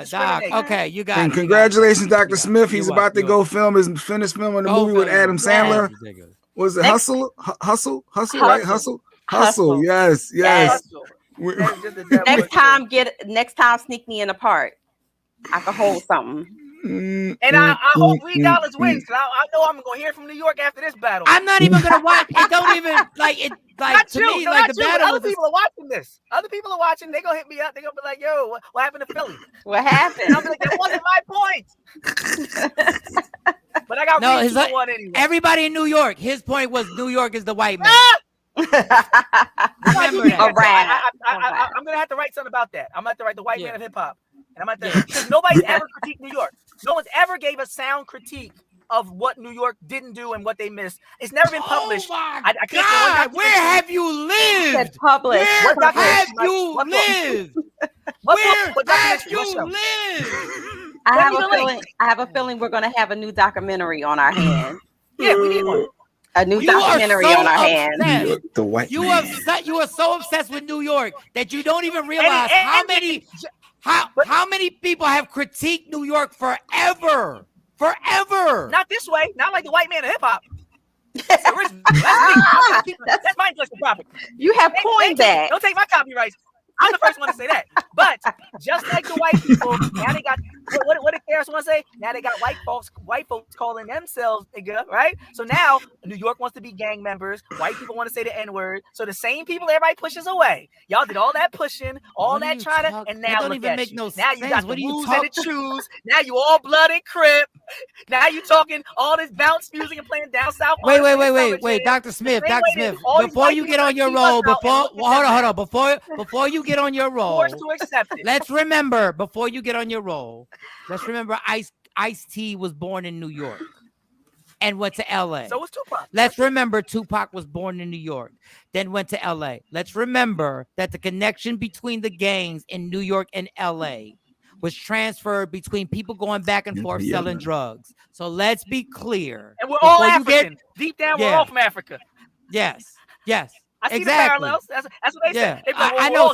So when you put all the distractions up and you put all the distractions and you throw all the distractions everywhere, let's understand the foundations are from the East Coast to the West Coast and from the West Coast to the East Coast. It has nothing to do with what's in the middle. So we'll continue on later. So for all the Caribbean people that are screaming at the screen right now, yes, that came to New York. That came to New York. Has Caribbean roots. We know that came to New York. Yes, that came to New York. The same argument Mike is making for New York. I'm sure all the Caribbean people are like, yo, the sound clash started in the Caribbean. But unlike you, we realized that in New York, in the Bronx, shout outs and licking shots were from the Caribbean. All our original situations were from the Caribbean. I don't call anybody the white man because it doesn't fit my argument, and you gotta have an inferiority complex. But the Caribbean don't treat New York like that. The Caribbean ain't itching on New York talking about somebody they don't. It's not the same relationship, Mike. All right, and on that note, now that's another thing time that's to wrong, go. which you don't know about Puerto Rico. That's nothing that's wrong. But okay, all right, we're good. All right, we appreciate you. We gotta go. All right. Thank you, Dr. Smith. See you next Friday. Good luck with your role. Hope you nail it. Good stuff. It's been fun. All right, y'all. It's been great. The battle, the great debate is over. Who's your favorite Jersey rapper? Tretch. Currently. I wouldn't even know. So we can end on a great note. J Black, play the music. Yeah, I'm gonna leave it right there. All right, y'all. Taking over for the 99-2000. 99-2000. Yo, my friend got mad because I asked for peppers in my chopped cheese. They got so many side conversations with Chicago and New York and cheesesteaks. Door. Yeah, someone's gonna knock on my door. I hope they're at work. I know I ain't got nobody downstairs, but somebody upstairs is pissed at me right now.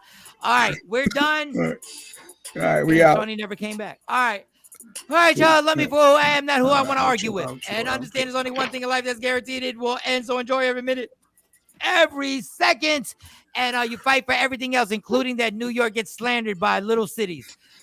So we are going. Fight for your love and never let nobody steal your happiness. We're out of here. We'll see y'all Monday morning. Yeah, y'all.